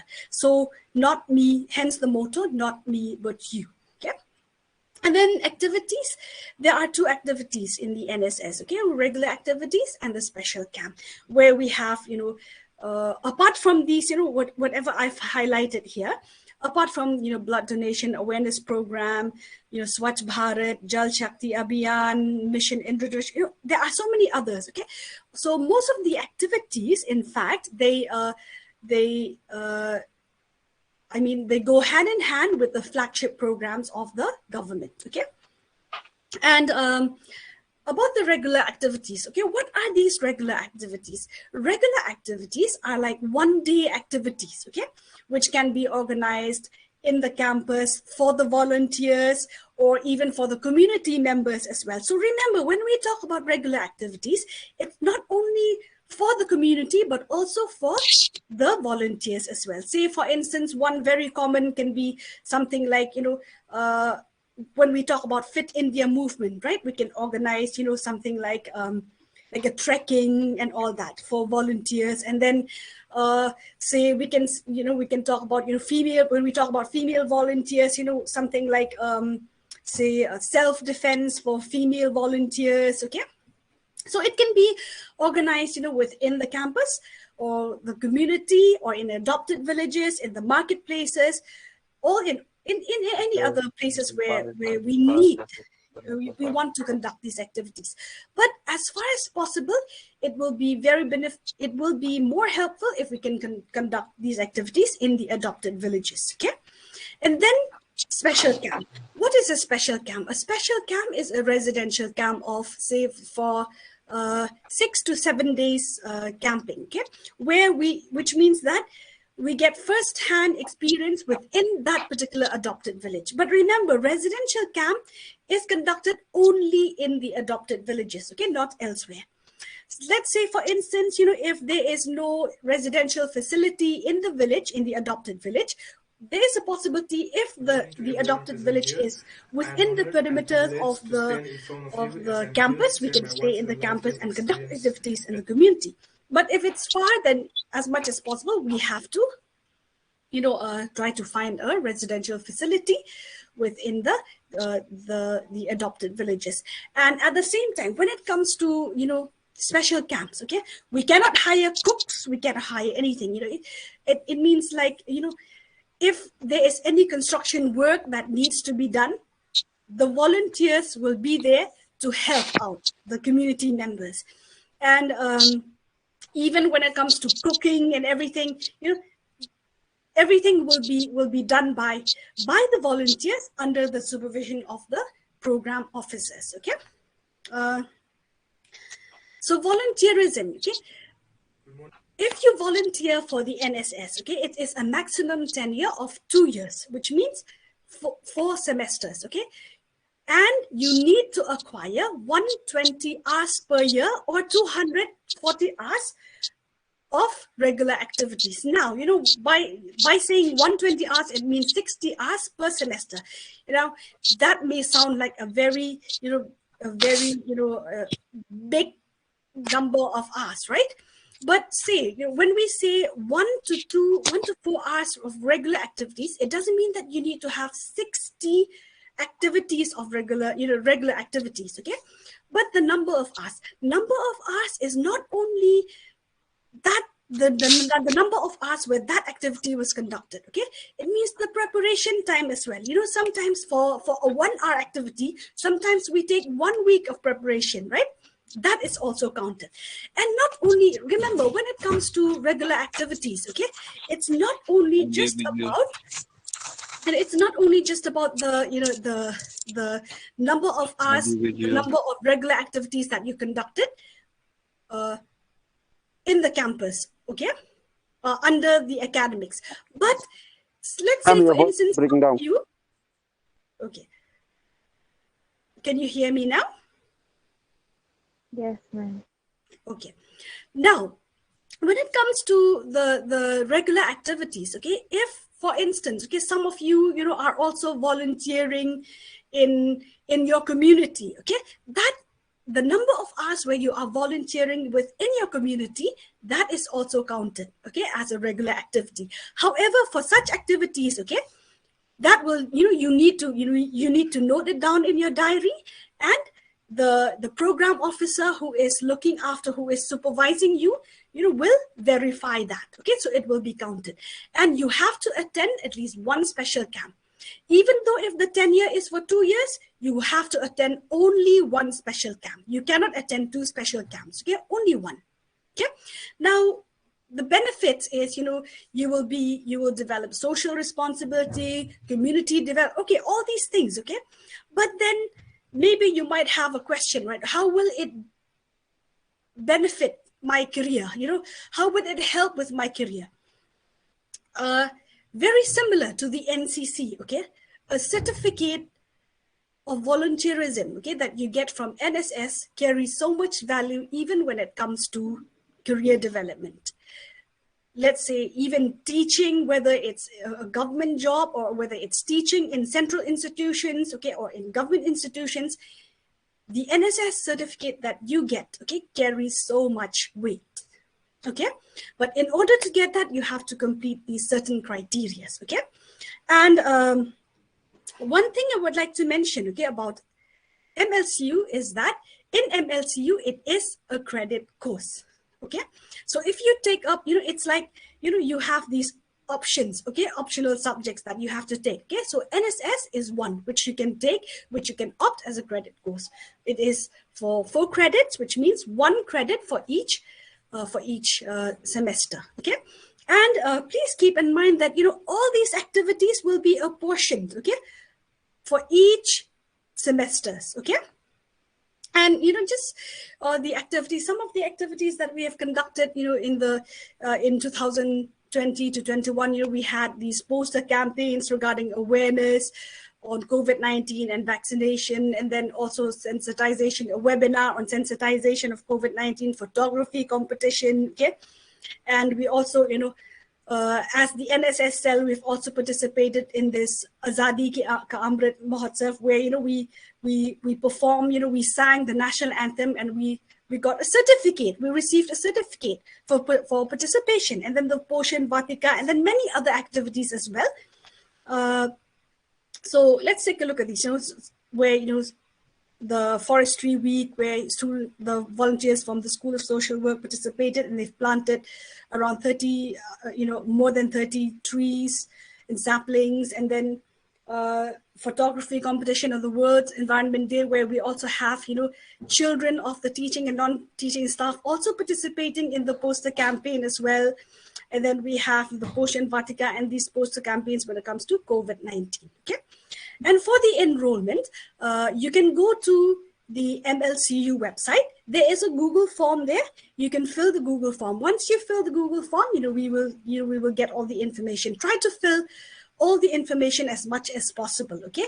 Because even when it comes to your your talent, skill that you can share with others, please write that as well very nicely, because that can come in very handy, especially when it comes to the special camp. Okay, so if you have any clarification, please feel free to contact me as well. Okay, so thank you so much.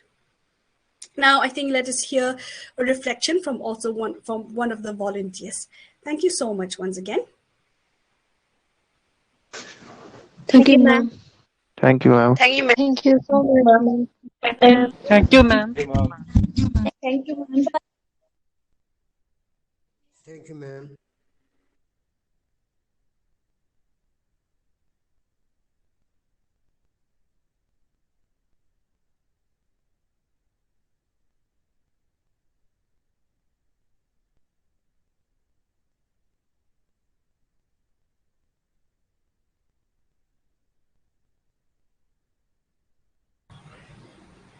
Thank you so much, Mahmoda.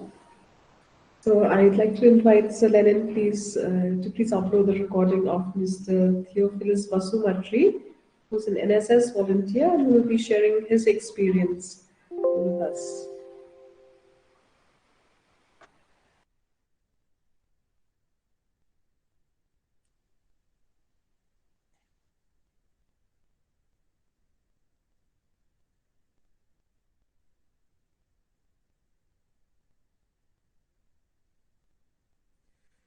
Good morning to everyone present here. I am honored and privileged to stand in front of you as I'm here to share my once-in-a-lifetime experience as an NSS volunteer who participated in the Public Day Parade 2021 New Delhi. After the university level selection, there was a pre-public day parade camp held in Bhubaneswar at the Shiksha Anusandhan University, where we were trained how to march and how to march. And there were cultural activities every night where you have to represent your own state and your state's culture. Not to forget, it was compulsory for everyone who were there for PRD camp. I was selected to go Delhi to march on Republic Day. I was extremely happy to be a part of it, and my joy knew no bound when I came to know that I was the first one ever to get selected from the university to represent the state as well as our university. The extra excitement that I had through the journey was that I had got a chance to visit Puri Beach in Odisha and to see the Taj Mahal in Agra. There was lots of opportunities that I have gained through this journey, like making new friends from various states of India. I even got a chance to meet the Prime Minister of India, Sri Narendra Modi, the ex-youth Affairs and Sports Minister, Kiren Rijiju, the Defence Minister of India, Sri Rajnath Singh, the Minister of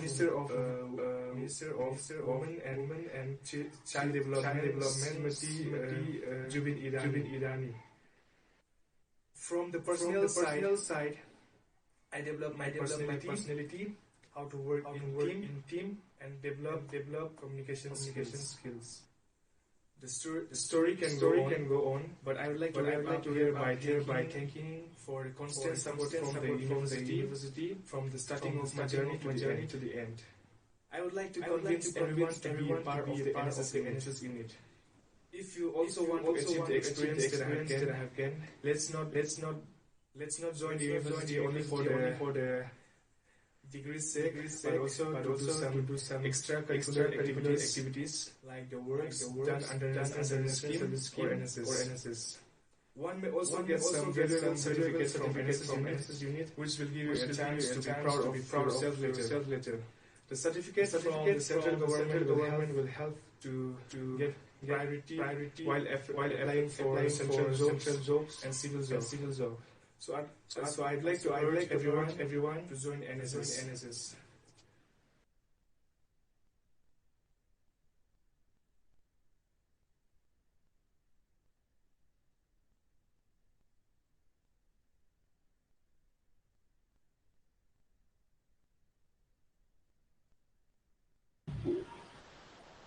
Thank you so much, Theo. I'm sure your experience can serve as an inspiration to other students to also be part of the NSS. Thank you so much.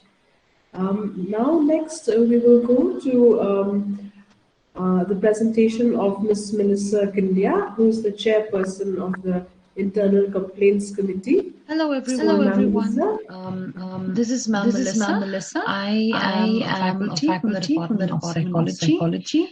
And I take this opportunity to welcome all of you to the family of MLCU. And I do hope that all of you have a wonderful time with us. You have a wonderful learning experience and you grow as an individual. I'm here with you today to share about the Internal Complaint Committee. I am the chairperson also of the Internal Complaint Committee. And I'm here today to give you an orientation about what is this committee all about. Let me share with you a little bit about when the committee was started. So the committee was started on June 16, 2014. So this committee is basically a committee that looks into the sexual harassment cases. So any complaint of sexual harassment, any type of harassment that goes against your security, feeling your safety, all of these things, the committee takes care of. So this committee basically the main aim of this committee is to provide a safe environment for all of you. It's a committee that because the university it thrives on a zero tolerance level for any type of harassment. This committee is not only for the students, but it's also for the staff, for the faculties, everybody in the university, irrespective of gender. This committee was constituted in order to protect you from any type of harassment. So when we talk about harassment, let me share with you what exactly harassment, when we talk about harassment and what this committee looks into. So basically since the committee it was built on, it was constituted primarily on the workplace, and we take almost all of the situation, the procedures, everything from the act, but at the same time we take into consideration any of the other the acts that look into sexual harassment. Basically is any type of unwanted attention, unwanted activity, unwanted approach from any individual that can make you feel uncomfortable, make you feel unsafe. So we look at all of that. Okay. So when we talk about the sexual harassment, it can be in various types. Physical advances. If you don't want this person to touch you in any way, that is a harassment, and we take care of that. Like, you can come and complain to us about that. Apart from that is any verbal complaint, any verbal abuse, any type of a person that can come and make you feel unsafe by showing you a certain type of pictures that you do not like, any type of remarks that you do not like, abusive languages. All of these are within the premises of the Sexual Harassment Act, and there are like 256 people. So therefore, who can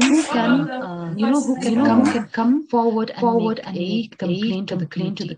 Anybody who is a part of the university, a student, a staff, and a faculty, anybody who feels unsafe can come forward to the committee and make a complaint to the committee.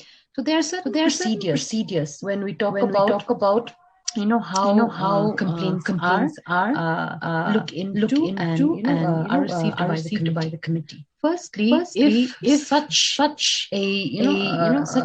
an act has occurred to you, the first thing is we would within 2 weeks of that harassment, And sometimes even after 2 weeks, you can still come to the committee and make a complaint via a written, it can be written or it can be typed down. But it should be in hard copy, explaining all the details. So the information you can post or you can send somebody if you don't feel comfortable. You can send some come and give this letter to the committee. So this letter you can actually give it to the help desk, the reception desk in the university, and it will be received by the internal committee. Therefore, on the front, please address the letter to when you write the letter and you keep it in the envelope, please write down to the chairperson of the internal committee, Martin Luther Christian University, and you can keep there. You don't need to write your names, nothing. All of that is confidential. So you can keep that letter, the written letter. You can bring the letter by yourself, or it can be brought by somebody that you feel safe. You can give the letter to the receptionist, and the letter will be handed over to the committee. At any point of time, if you feel that you would also want to write an email. So we have a email ID of the internal committee, and all of these information, the members of the committee comprises of faculties, administration, and even some students of representative of the student body are there, as well as experts are there. So we will, all of our names and numbers and our email IDs have been kept in the posters, and it has been displayed on the notice board in front of the university, as well as when you go to the counseling cell, you will see that we have kept the internal committee information about the members and the procedures for complaints on the notice board of the university, as well as near the counseling cell. Apart from that, as I've said, you can give us in handwritten, a handwritten or type. At the same time as well, in order for you to feel much more safer, that you want to address some more information, you can send it to our email ID, contact chairperson or any of the members that you feel comfortable with. All right. So when the complaint has been given, right, we have to give detailed information about all what had occurred in the letter. All right. And then in the letter, inside the letter itself, you have to give us your name, your contact number, your department. All right. All of these information are very important, so that the committee will then after we read the letter, process the letter. All right. We can then give you a acknowledgement. So we'll send an acknowledgement letter to you. It can be via mail if you had sent us an email. All right. And at the same time, we will contact you and give you the letter in person. All right. So when we do give you the letter, we will then contact you because after a complaint is met, there are three procedures. Number one, the committee will meet and read the letter and look at the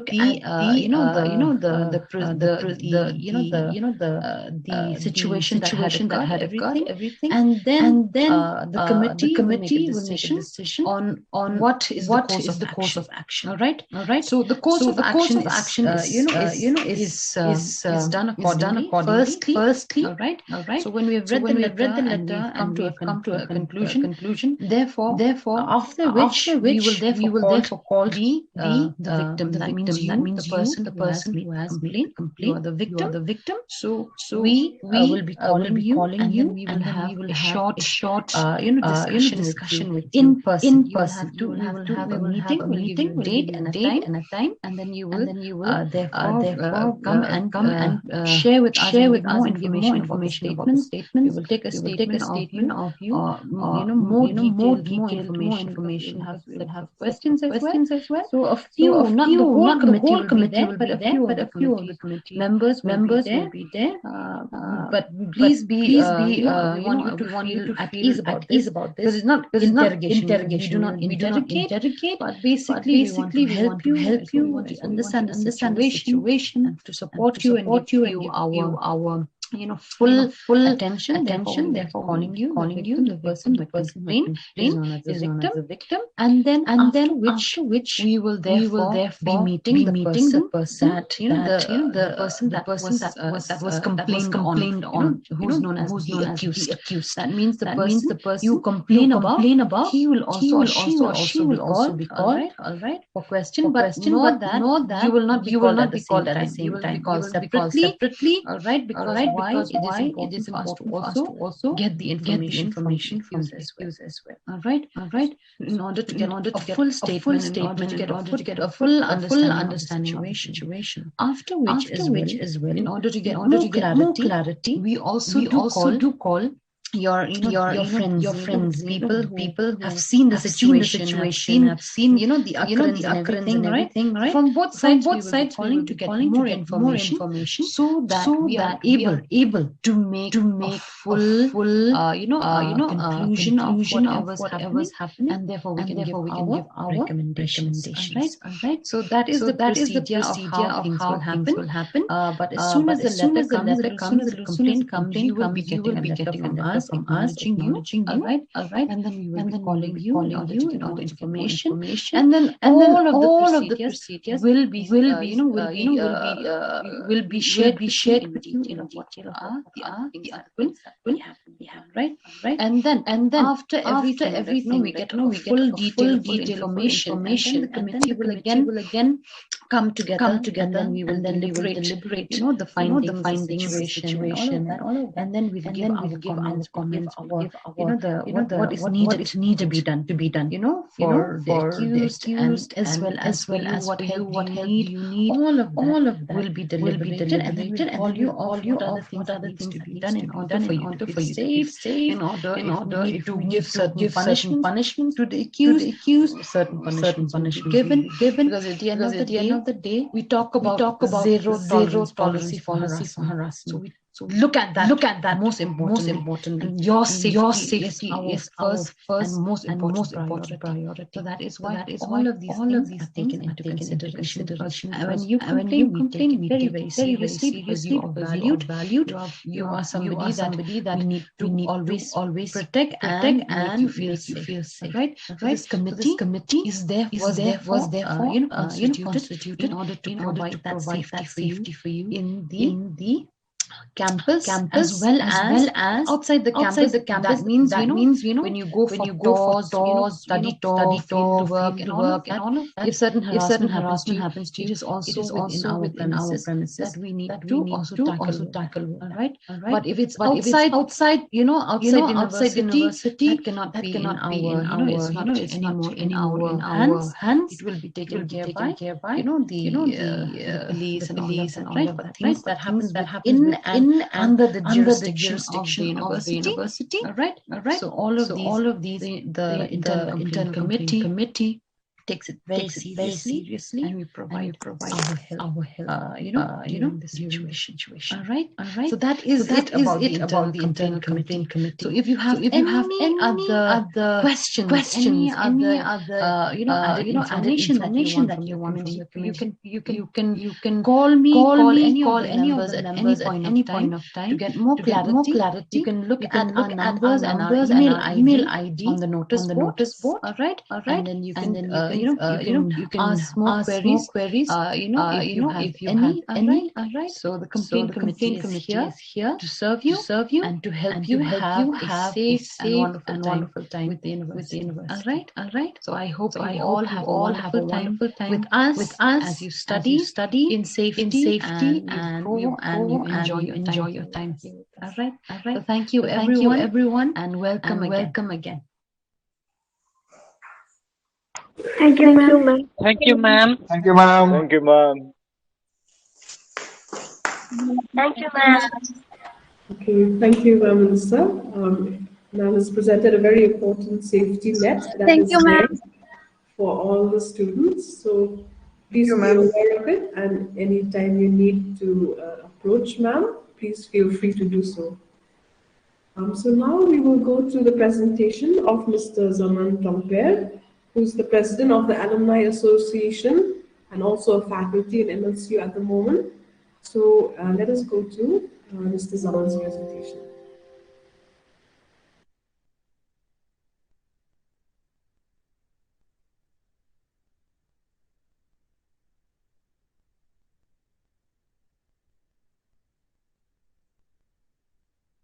University Alumni Association. First of all, let me introduce myself. I am Mr. Zaman Edi Tongper, and I am an alumnus of this university. I completed my Masters in Tourism Administration in the year 2015 from this university, and currently I am doing my PhD from this university itself. So in the year 2019, we had an annual meeting in MLCU, and I was elected as the president of the Alumni Association of MLCU by all the members, by all the alumni who were present in the annual meeting of the alumni, which was held on the 4th of July 2019. Now I will keep my speech very short and simple. Okay. So now some of you might have never heard of this word alumni. So let me tell you, alumni are former students of an institution, and MLCU Alumni Association is a group of former students of MLCU which was constituted with the objective of providing a common platform for the alumni of the university to come together and work in unison towards realizing the university's mission and vision of contributing towards the development and betterment of the society.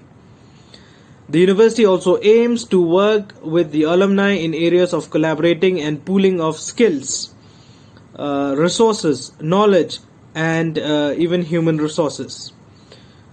Let me share with you a very brief history of the Alumni Association. In the past few years, there has been a group of alumni who formed an alumni forum simply to stay connected with one another. However, it was till 2019 that we were able to create an official alumni association. As it is today, this present alumni association is in the process of getting itself registered with the government.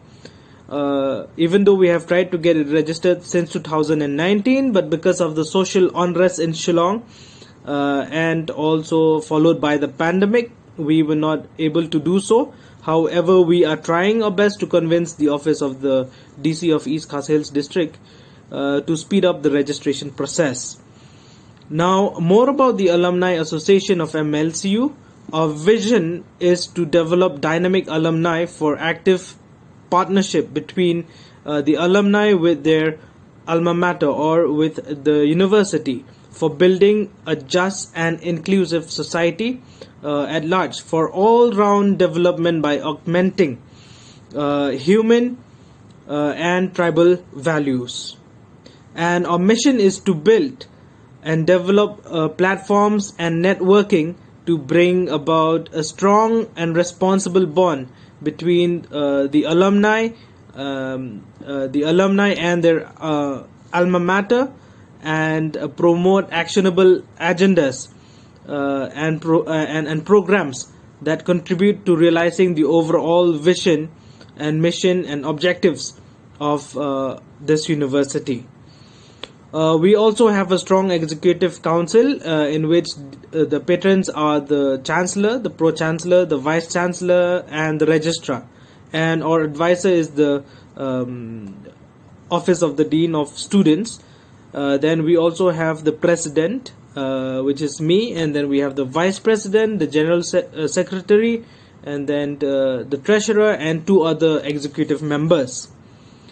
So why am I sharing with you all about the Alumni Association?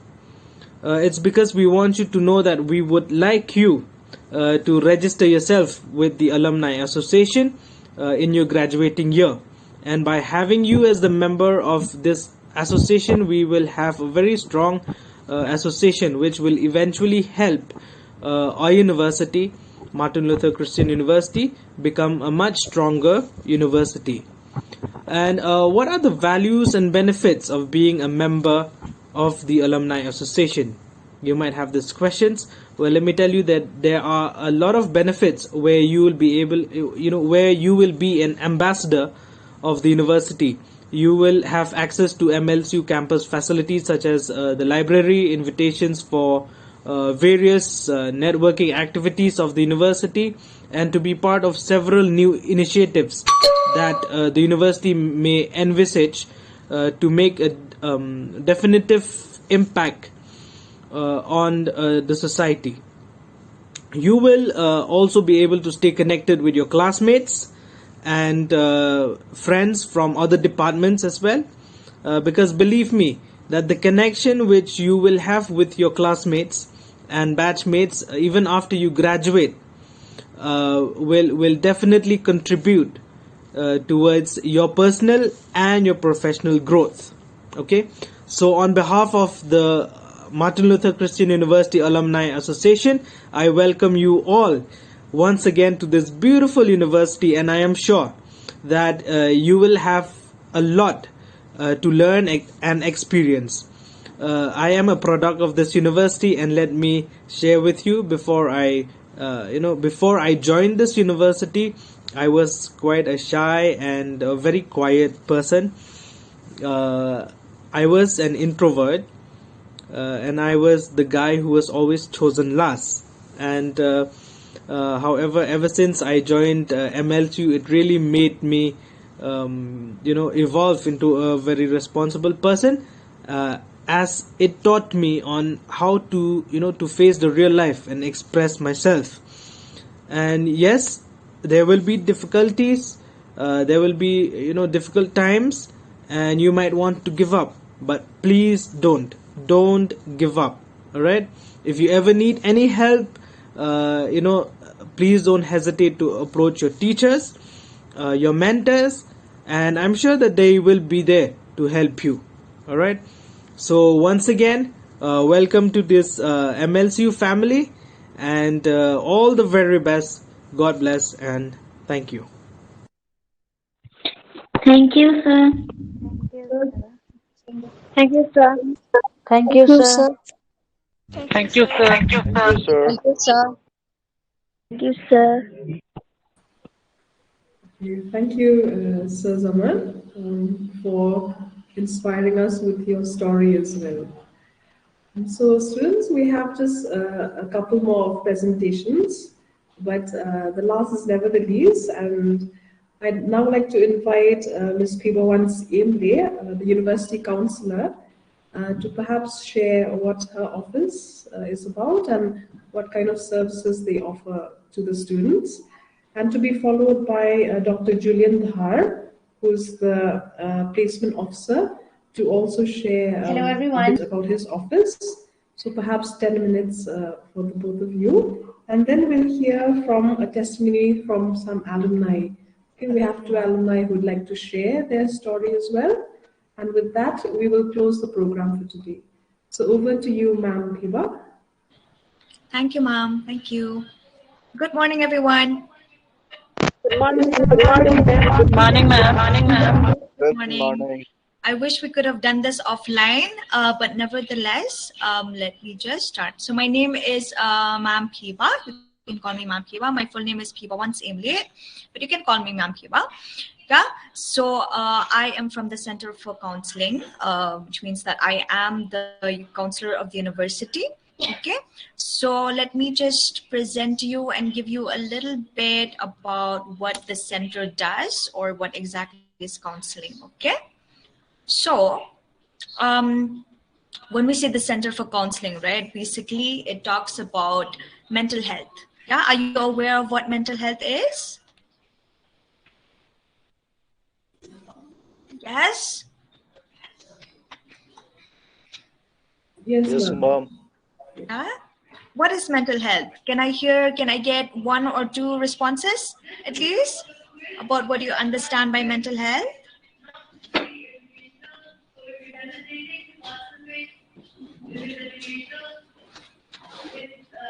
Yes? No? Okay, all right, okay. So the Center for Counseling basically looks at the mental health services. Okay, so the university has come up with the center that caters to the mental health services of all the students and staff of the university. Okay, so before we understand what exactly is counseling or what exactly the center does, we first have to understand what exactly is mental health, right?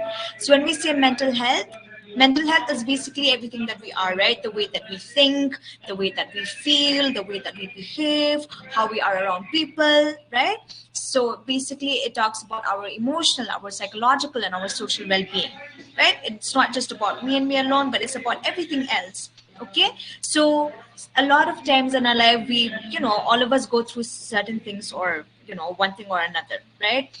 When we are kids, we go through certain things, right, that sometimes causes a lot of stress to us, whether it's whether it's regards to studies, or our relationships with people, or let's say with decision making, or let's say you had a fight with your parents or your friends, right?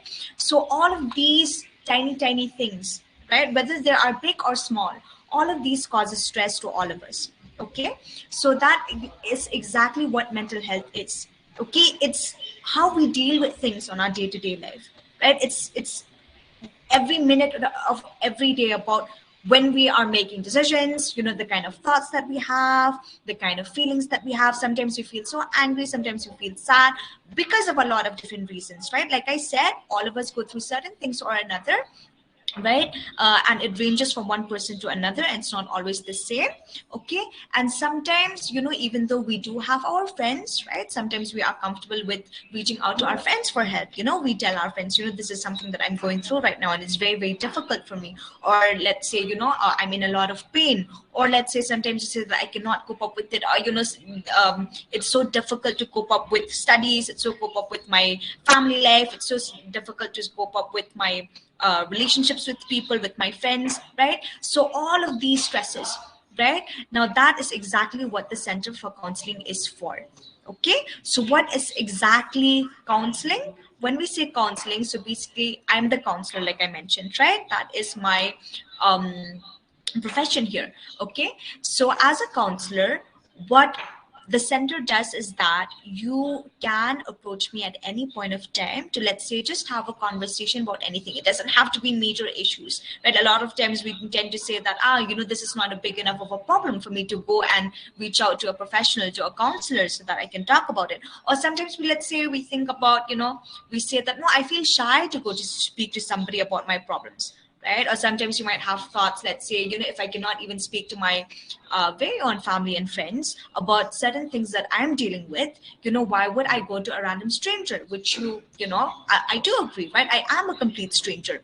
But what I can give you is that, I would give you an environment where you can feel safe, where we can explore, where we can try to understand certain things that are hindering your day-to-day activities, your day-to-day life, right? Okay, so when you do come for counseling, right, so this would just be, let's say, me and you. Okay, and everything would stay confidential. Okay, I would not, let's say, after you told me about certain things that you're going through, it doesn't mean that I'm going to go to your teachers and say, hey, you know what, this student is going through certain things. It doesn't work like that, right? So whatever we talk about, okay, in the therapy room, or whatever we talk about in the counseling room, stays between me and you. Okay, so what counseling provides is that it provides a safe place for you to just be anybody, or for you to just be yourself, right, without fearing, or what would that other person say, because a lot of times we fear judgment, right? A lot of times we think twice, thrice, 4, 10 times before we say something, because we don't want to be judged, right? We want to feel belonged. We want people to, to like us, right? And all the time we always try so hard to hide certain things that would, let's say, flaws. Yeah, because why? We don't want people to know some of the things that we're going through, right? But what I want you to know is that, it's completely normal to have stress. It's completely normal to have problems, right? Because at the end of the day, you're human, right? Although everybody might see you as responsible, everybody might say, oh, that boy or that guy or that girl is so strong, right? But it's also okay for you to admit sometimes that it's difficult to do certain things alone, and that is exactly what I'm here for, right? For us to communicate about it, right? It's not that I'm going to give you all the advice in the world and give you all the possible solutions, but rather what I would invite is that both of us work together, because I know that you are perfectly capable of doing it as well, right? I'm not going to solve all your problems for you. I'm not going to give you all the solutions in the world, but I would like very much for us to figure that out together. Yeah. You know, a lot of times everybody always tells us what to do, right? But that is what we don't do in counseling, right? I don't want to tell you what to do because I know that you are capable. It's just that sometimes we need a little help and we need a little push to move forward, right? Or let's say we might need a second person's opinion, because sometimes, let's say I'm standing here and I'm looking far ahead, you know, it's always helpful to have another person, let's say from the other end, to say that, hey, you know what, I think you should avoid this particular stone because it might hurt you, you know. So that is what counseling is, getting a second person's perspective on how to deal and how to cope with our, you know, certain things that hinder our everyday activities, that hinder our relationships, that, you know, gets you up at the end of the day and you're not able to sleep, you know, or certain things that make you sad or angry, anything. We're open to all of that. Okay.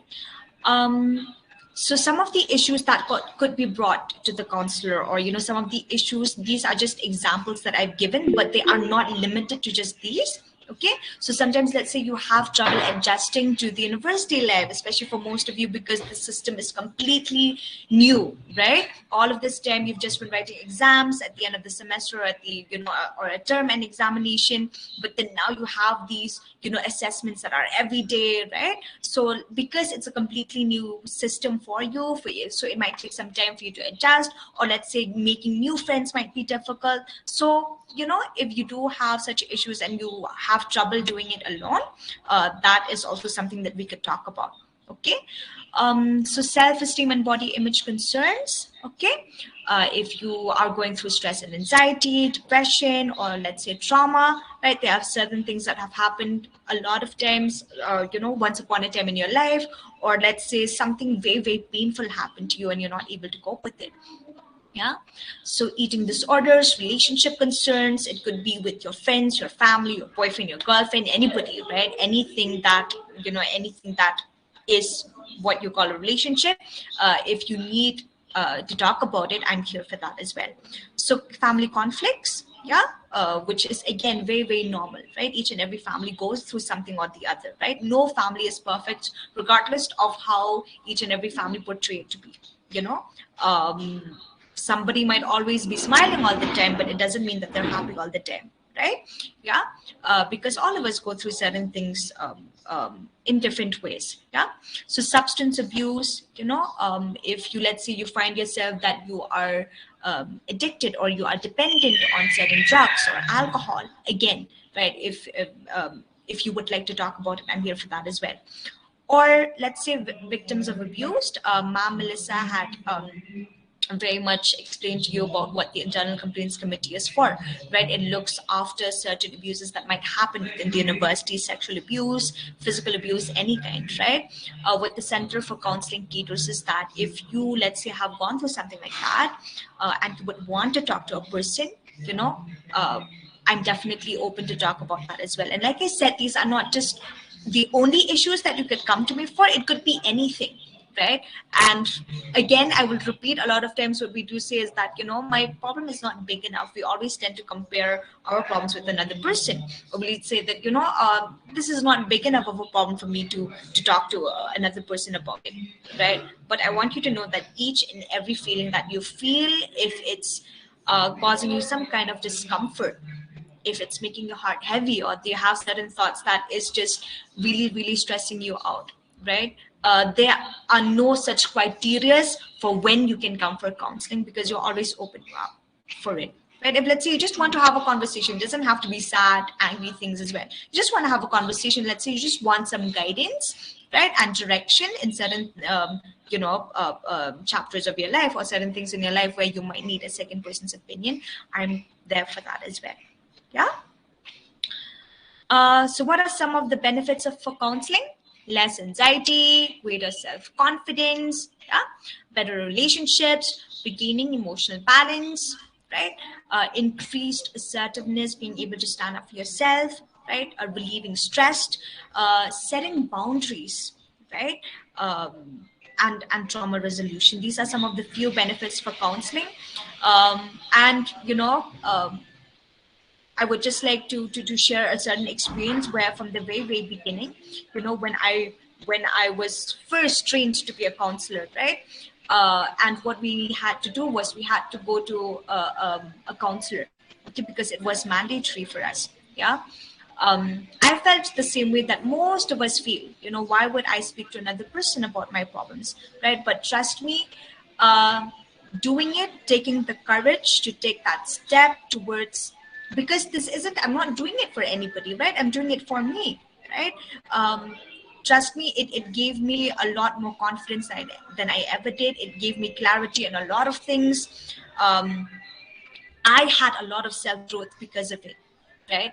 Although studies is one thing, yes, we do strive to work hard, but at the end of the day, if your mental state is not okay, it's very, very difficult to cope up with a lot of different things, right? So, and that is exactly what the Center for Counseling is for. We are here for you. I'm here for you to help you get through that in however way that I can, in whatever strength that I can, right? We're here for you. Yeah. Is that okay, everybody? Yes, ma'am. Yes. Okay.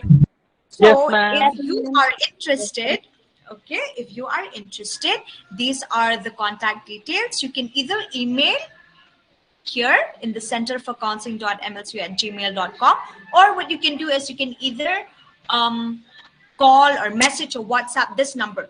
Okay, please note down this number. You can screenshot it or note it down, however way that you want it, and you can make your appointments anytime. Okay, from, of course, from 9:30 till 4:30. Okay, yeah, is that all right, everybody? Yes? Yes, ma'am. All right. So Yes, thank you so ma'am. much for your time. Ma'am. Once again, welcome to university. We are so happy to have you here. We look forward to you growing, yeah, and just making a difference in the world, just how you're already doing it right now. Yeah. So thank you so much, everybody. Take care. Have a great day ahead. Over to you, ma'am. Now. Thank you, ma'am. You too. Thank you, ma'am. Hello, ma'am. Thank you, ma'am. Thank you, ma'am. Yes, thank you, everyone. Thank you, ma'am. Is Dr. Julian online? Yeah, hi, I'm here. Yes, Dr. hello, Lavinia. sir. All right. So, sir, we'll have your session now on career and placement. So we look forward to hearing from you, sir. Okay, thank you. Thank you. Okay, I hope you all can see the screen. Yes, sir. Yes, sir. Great. Yes, sir. Great, let's begin then. You can give your response in the chat box. I'll be asking a few questions. You can give your response yes or no in the chat box, all right? How many of you want to learn and enjoy learning? Okay, just open my camera so you can see me. 1 second, please.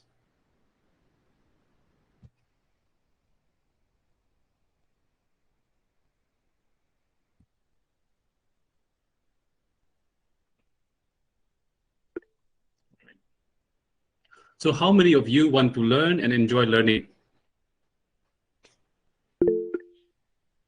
Yes, no? Okay, great. How many of you want to have a great and memorable study life? Can we have some response? Yes, okay, yes, I can see lots of yes. Okay, how many of you want to be employable and be successful after your studies? Yeah, so you can see a lot of yes. Yes, Misa, yes, I want to. So I can see that all of you, your response to all of these questions are positive. So welcome to MLCU then, and a very good afternoon to each and every one of you. Okay, let me share the screen. Most of you, I think especially the UG and diploma students may have already know me, as we have already met during the, virtually during the foundation course on career skills, which were held recently. Anyone of you know my name? Any one of you?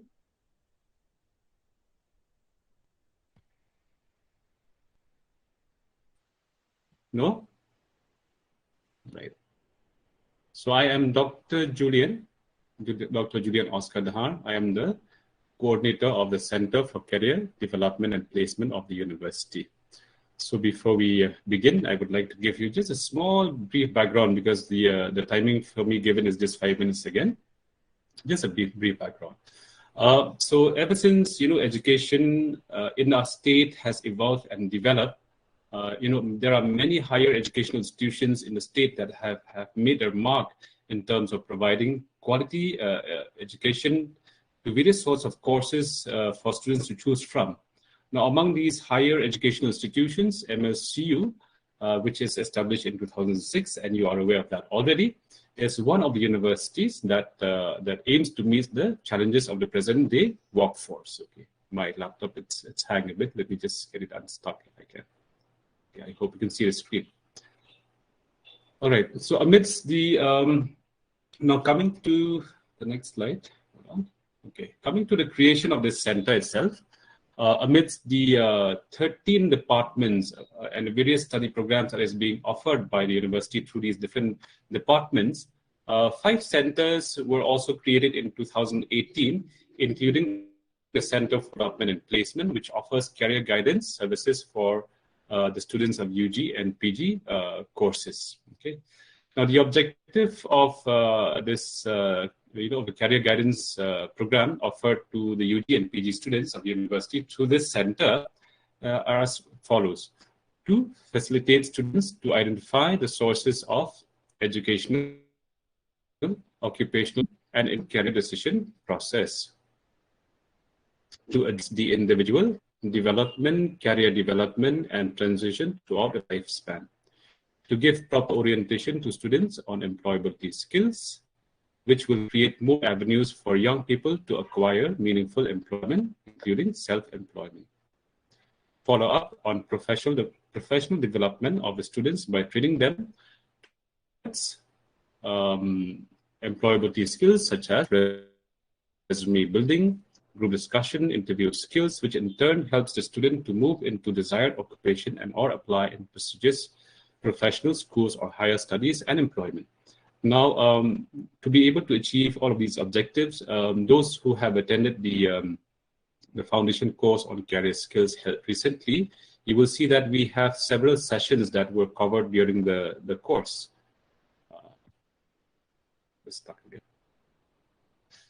There were altogether 9 sessions, if you still remember, which cover from sessions on entrepreneurships to session on employability skills, sessions on career theories and how to discover yourself. So all these were designed to help you, prepare for your career. I'm sure that all of you that are studying, all of you are studying because you want to be successful in life, because you want to get a job, because you want to build a career. I don't think that there's any student at all who says that I've been studying for so many years now because I want to become jobless. As much as that is the fact of the matter, the unemployment rate in the state is very high. The only way to counter it and to prepare ourselves for that is to have a career preparation through this career skills program. So the career guidance program offered by the center is delivered through a series of programs and activities. And as you can see in this table here, it's offered on a regular basis to the UG and PG students throughout the course of their study in MLCU. So firstly, although it's not mentioned in this table here, but firstly, at the time of the admission, even pre-admission process, newcomers and applicants were given an individual career counseling to guide them to program with choices of study programs as per their eligibility and background. There are students who are not able to choose courses so what the center does is that we provide the counseling for them to match career interest, to match their strengths and weaknesses, to match their passion with the courses which suits them. So secondly, at the commencement of the first semester, which is also called as the foundation semester, the career orientation and preparation program, which was held recently again, is provided in the form of a workshop which lasted up to 3 days or more than 3 days sometimes, on various topics related to career, which were discussed and followed by activities. And all these are facilitated by the different career facilitators of the university. And all of these career facilitators are faculty representatives from different departments who have been trained in careers, provided with the objective to guide students with their career interests and potential, including orientation and employability skills. Now, third, as you can see in the table, from the second semester onwards, this will go on till the final semester. So for UG, it will go on till the 6th semester. For the PG, it will go until the 4th semester. So formative guidance, career guidance are also being offered, and formative career guidance are short-term in nature. It might be just for 1 day period or just maybe for half a day period as well. It could be in the form of a workshop, which is offered to both the UG and the PG. The formative career guidance is provides information and guidance on choosing minor papers offered by the various departments along with the follow-up exercises. I think in the previous, you've had a session today previously on maybe on the academics of the university, and I think that you get a gist of what minor papers are. You could be from any department, and you can always take a minor paper from any other department. So that way, it's you can have dual career path. You can link your interests with your studies. If let's say I'm from management department, but I like music, and I can pursue a minor paper in music. Or let's say if I'm from the social work department and I like the environment, I like to plant trees, so I can take up a minor course, a paper in environment. So all this, it creates multidisciplinary link, and it enhances a choice of career. Now, the minor papers which are offered by MLCU again to the students allow them to choose a minor paper in any other discipline of their choice, as long as it matches with their interest and career strength. This is an important component as career planning. Of a student must also be linked with their interests.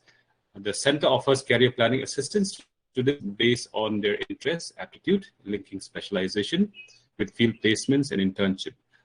Again, let me just remind for those who have attended the foundation course on skills, you will remember that there were a series of inventories that you had to complete, that you had to fill up, that you had to submit. Now, each of those information that we have received from you, we have combined them and put them into a career profile for each one of you, which means that now we know your interests, we know your potential, we have an idea of your learning style, we have an idea of your personality type, and if required at any point of time that you need guidance from us, we can always refer to those inventories, and we can give you the career guidance to help match your career planning, your career goals, with your interests and with your skills and with your passion. Okay. So fourthly, the center also holds program for interaction with industry experts, such as career talks or interactions, which are in the mode, which could be in the mode of a lecture or interaction or workshop with students to facilitate face-to-face interaction with these experts from the industry, from various fields. Again, this is being provided to students from both UG and PG across all the semesters. And the interaction with the industry experts is so crucial so as to provide the students with exposure to information on workplace practices and other career-related details. Now, these interactions are provided on a regular basis, and sometimes these are being conducted at the department level, and sometimes these are being conducted at the university level. So the career program, normally or usually, I can say, just because of this pandemic, we could not have this practice now, but usually the career program that started right from the first semester and continued throughout all the semesters, it culminates, okay? It ends with a career mela which usually is conducted towards the end of the final semester as part of the campus visit and recruitment. So during this Career Mela, it's a 3-day program. We do have organizations that visit the university for recruitment. So we have right from private organizations to corporates to public sector units to government agencies. We have, again, a few entrepreneurs that also come. We have interactions. There could be recruitment. There could be information exchange. So this Career Mela is designed in such a way that it is only not only for job recruitment, it is also for providing other important information related to career. Although we cannot have this time because of the pandemic, but we hope that we will be able to conduct this Mela again, maybe in the next spring semester. Okay. Now, you can see that the structure of the program for both UG and PG is very similar. Okay, although the PG has only four semesters and the UG has 6 semesters, but the structure and the outline of the program is the same. Okay. Now we know that the center has been doing its best to provide, the career services to the students. And it is quite evident that the career guidance program provided by the center is multi-pronged and has contributed significantly in addressing the career-related needs and issues of the students. Again, the approach of the career guidance in MLCU is simple and is being designed to cater to students who are coming from various backgrounds. Okay, so the university and the center also facilitate a follow-up on students' career growth as topics related to careers are also being discussed from time to time with your mentor. You may have already been assigned a mentor, or you will be assigned a mentor, and as mentees, your mentor will also be able to help you with your career, let's say guidance, career need, career, let's say issues that you might have, because we already have your profile. So those can be shared with your mentors, and your mentors can guide you accordingly. Apart from the mentors, we have these career facilitators in each department. You can always reach out to your own career facilitator from your department, respective department, and they will be able to guide you better when you have any questions or issues relating to career. Now, again, we have tools and inventories that we have used. We have a total of 8 inventories now to help us identify the potential interests, to help the students understand themselves better. And these are part of the career profile. Okay. And in terms of this last point, as far as strategic career planning is concerned, we know that there are many challenges that students face, and as a university, we also face, in terms of trying to help students with career. The job market, the labor market in the state is not very favorable. We know that there's scarcity of jobs, and to overcome this, so we have to come up with certain strategies to help students to gain employment. Some of these strategies that we call them backdoor entry, and we have discussed these with some of our students, and some of our students have actually gained employment by using some of these strategies. Okay, so during the interaction, when we have formative career guidance or interaction with any students, we will be teaching you on these strategic career planning, ways of securing employment. Now, apart from these advantages that the center has, okay, but we are still confronted with a few challenges, and I think this will require the help or the intervention of the students. Now, the challenge of relocation is one. Now, first of all, we know that the labor market in the state is not very good, or I think that in other northeastern states it's the same. You don't have, there's jobs scarcity. And apart from that, even if we try to place students outside the states, most of our students are not willing to, not open for relocation. It could be because of various factors, and one of the factors could be cultural influences.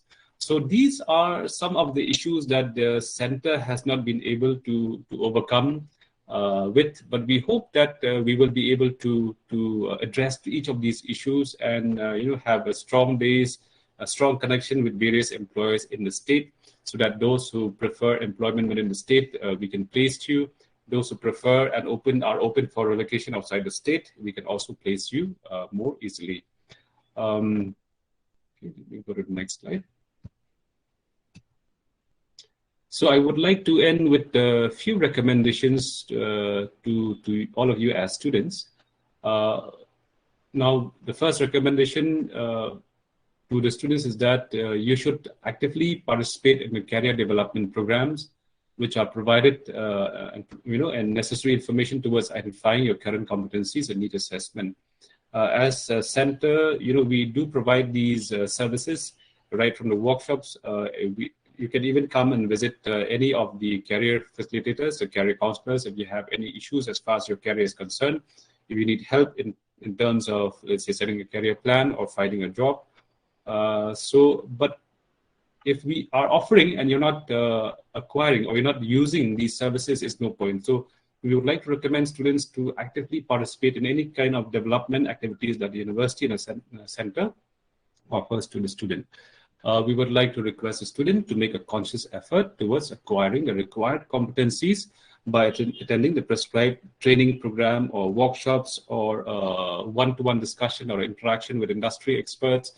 So when you attend all these, you would know what are the competencies that you are required to develop, what are the competencies that you have, what are the competencies that you do not have, okay, and how to develop these competencies.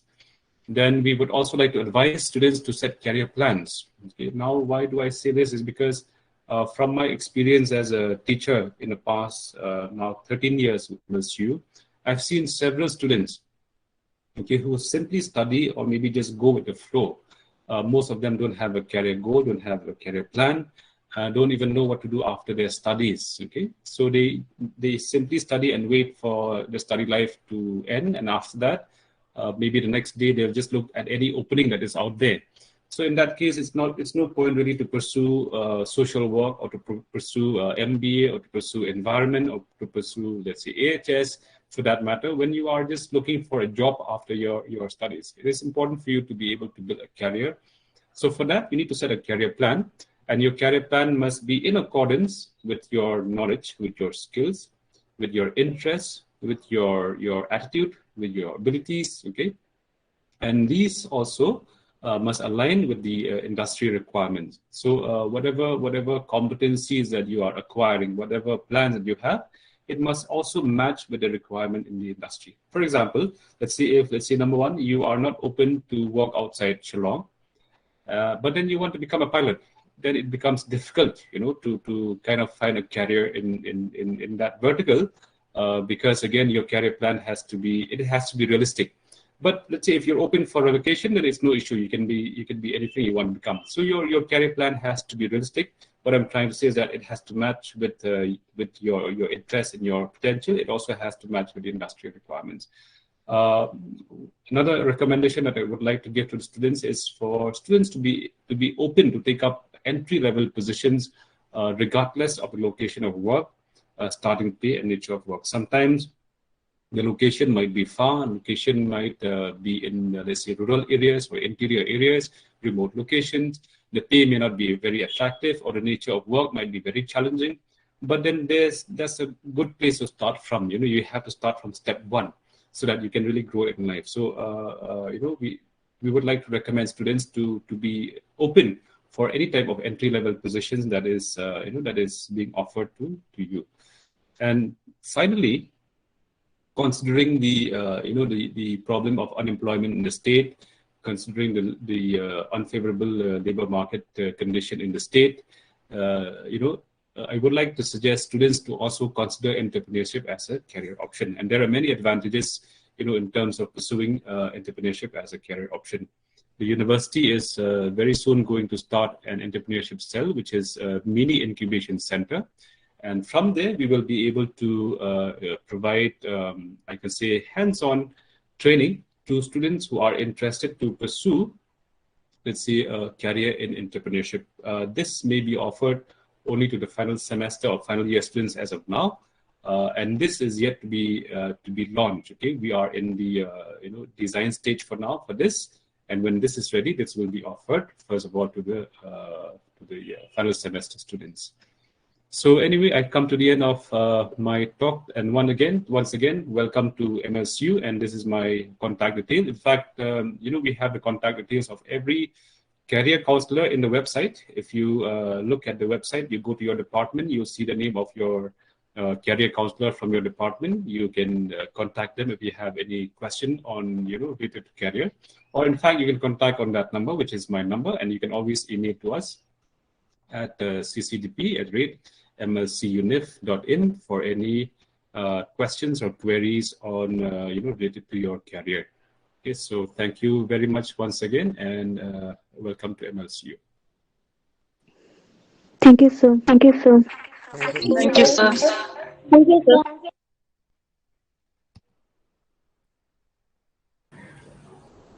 Thank you so much, Dr. Julian, presenting a very comprehensive plan on career development paths for each student. So I hope that all students would take up the services that you offer for their own development. Thank you, sir. So students, we have one more item that we'd like to hear from your own, your seniors, your alumni, their experience of their journey at MLCU and how it has shaped them into the person that they are today. So I'd like to invite Ms. Maybelline Dingdo and Ms. Dalariti Karnayor to kindly share their testimony. Okay? Thank you.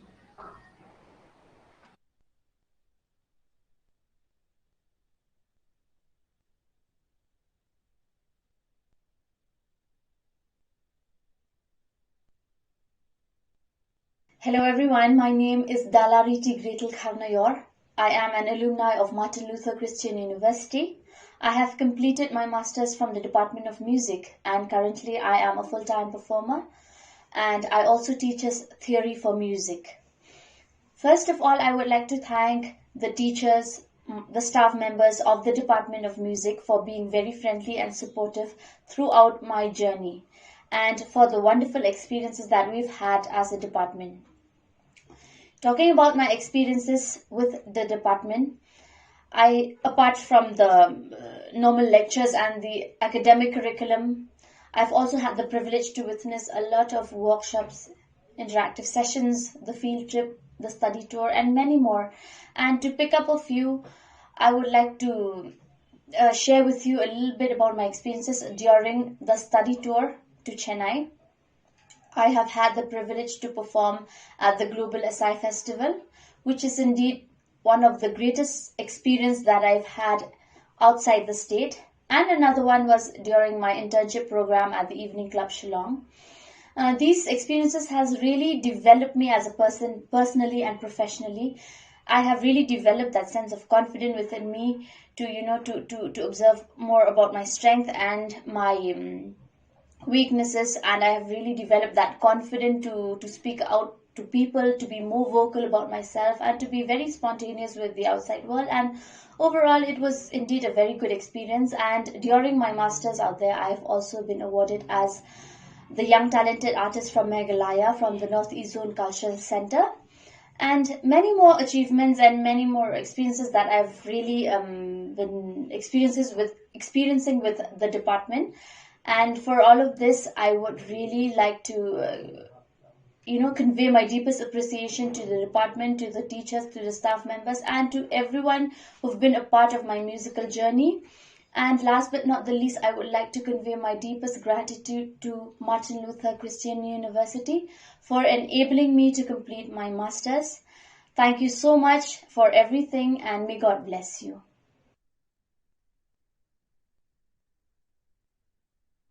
Hello everyone, how are you guys doing? I hope you're keeping great during this pandemic. First of all, I would like to thank my teachers for giving me an opportunity to share my views about Martin Luther Christian University. Let me introduce myself first. My name is Maybelline Dingdo. I joined MLCU in the year 2015 as a bachelor in physician assistant. My college life. Well, my college life was one of the most memorable moments in my life apart from school. For me, it means enjoying life to the fullest, as well as getting serious about my career and study thoroughly for a brighter and better future. And I did exactly that. I studied very hard and I never forgot to enjoy myself. When I was in college, I enjoyed going to health camps, which has been organized by the Allied Health Sciences Department, and I'm also from the Allied Health Sciences Department. This department has organized a lot of health camps in various rural areas, be it Shela, Dauki, Sora, Mausanram, Maukarwat. It's like in every nook and cranny of Meghalaya, except for Garo Hills. I've never been there. During these health camps, I used to enjoy health camps a lot because, you know, while traveling, we sing in the bus, we also dance, and the fun part is that our teachers also join along. You know, these are the moments that we miss. You know, even if they scold us, it's for us, so that we'll become better students. So, during my time in college, we used to have practicals also and theory as well. The theory part, we used to have it in the campus itself, but the practicals, we used to have it in Bethany Hospital. I joined Bethany as, for posting in the year 2017 and 2018. I completed in 2018. During my time there, they taught us a lot of vitals monitoring. They taught us about diet counseling, then phlebotomy, then observing a patient observing the symptoms of a patient. So all these things we used to put into practice during these health camps. That is why I enjoyed a lot. So if you've opted for this course, I would say it's a really good course because, you know, the job placement is also there. It's not that Martin Luther will get a placement for you, but when you go for job interviews and when you place in front of them these skills, you will get recruited. When my 3-year course came to an end, I attended my internship program, and my internship program was in Orissa. It's in a mission hospital, that is Christian Hospital, Bisamkatak, sorry. In this hospital, whatever they've taught us in Bethany, along with the theory that we got in Martin Luther, we could, cope up with the how to deal with patients. During my time there also, because of the teachings that we got in Martin Luther, they really liked us. They preferred us because we knew what we did. We knew what we were doing, from talking to a patient, how to check the vitals, how to diagnose minor ailments and all that. So I got to put my skills into action there, so to say. And I can say that it was the best decision that I made, because when I finished my internship and I came back to Shillong, I spent about 2 weeks at home because I was homesick. I was away from home for 1 year. I was homesick. But then I came to Shillong on the 10th of July 2019. I stayed for about 2 weeks, and then on the 27th of July, I went to Supercare Hospital. When I came out from home in the morning, I went there with the intention of just dropping my resume. But then, I ended up giving them an interview instead. I didn't know. I did not get to prepare. But because of the interview mock drills that we had in Martin Luther, I had given a very good interview to them. So I answered all their questions, whatever they asked, I knew. So, it's like Martin Luther has prepared us very well to how to face the challenges out in the outside world. So, when I went there, Supeke Hospital, I ended up giving the interview. And then on the 1st of August, I was asked to join. So I was quite happy because I did not know when I passed out, I did not know where in which hospital I'd get to work, because this is a very new course. Of course, all my seniors got jobs as well, but then I didn't know that I will get a job as well because it's new, and it's new for me actually. It's not new. It's not a new course, but it's new for me. I've never attended an interview, a job interview. I've only attended an interview, a mock drill interview in Martin Luther. So my advice to you is that if you've opted Martin Luther, you've made the right decision, because for me, it has molded me into what I am today. From the teachings and everything. It's not just the teaching, even the teachers also. They prepare you well before venturing into the outside world. So I can say that my experience in Martin Luther was the best. And if you've chosen Martin Luther or any course from the Allied Health Sciences Department, I would prefer, because since I'm from the Allied Health Sciences Department, I would say that you've made the right choice. Everything that I've learned, everything that my teachers have taught, I could put them into action, and it did not go to waste. And when I landed a job in Supeke Hospital, but after a year, I provided my resume to Bethany Hospital as well, and they called me. I went for the interview, and then I got a job there. So I left Supeke Hospital and I joined Bethany Hospital, and now I'm currently in Bethany Hospital. So I can say that because of our teachers in Martin Luther, who has been working really well in molding us to the people we are today. Even our seniors would say the same, I would say. It's not just me. Even if you talk to any of your seniors, they would say that. I really miss college life though. But, this is, if you've chosen Martin Luther, I would say you've made the right choice. So you continue striving hard, work hard, you study hard. All this comes with hard work, your determination and everything. So that is my advice to you. Thank you. Bye. All the best.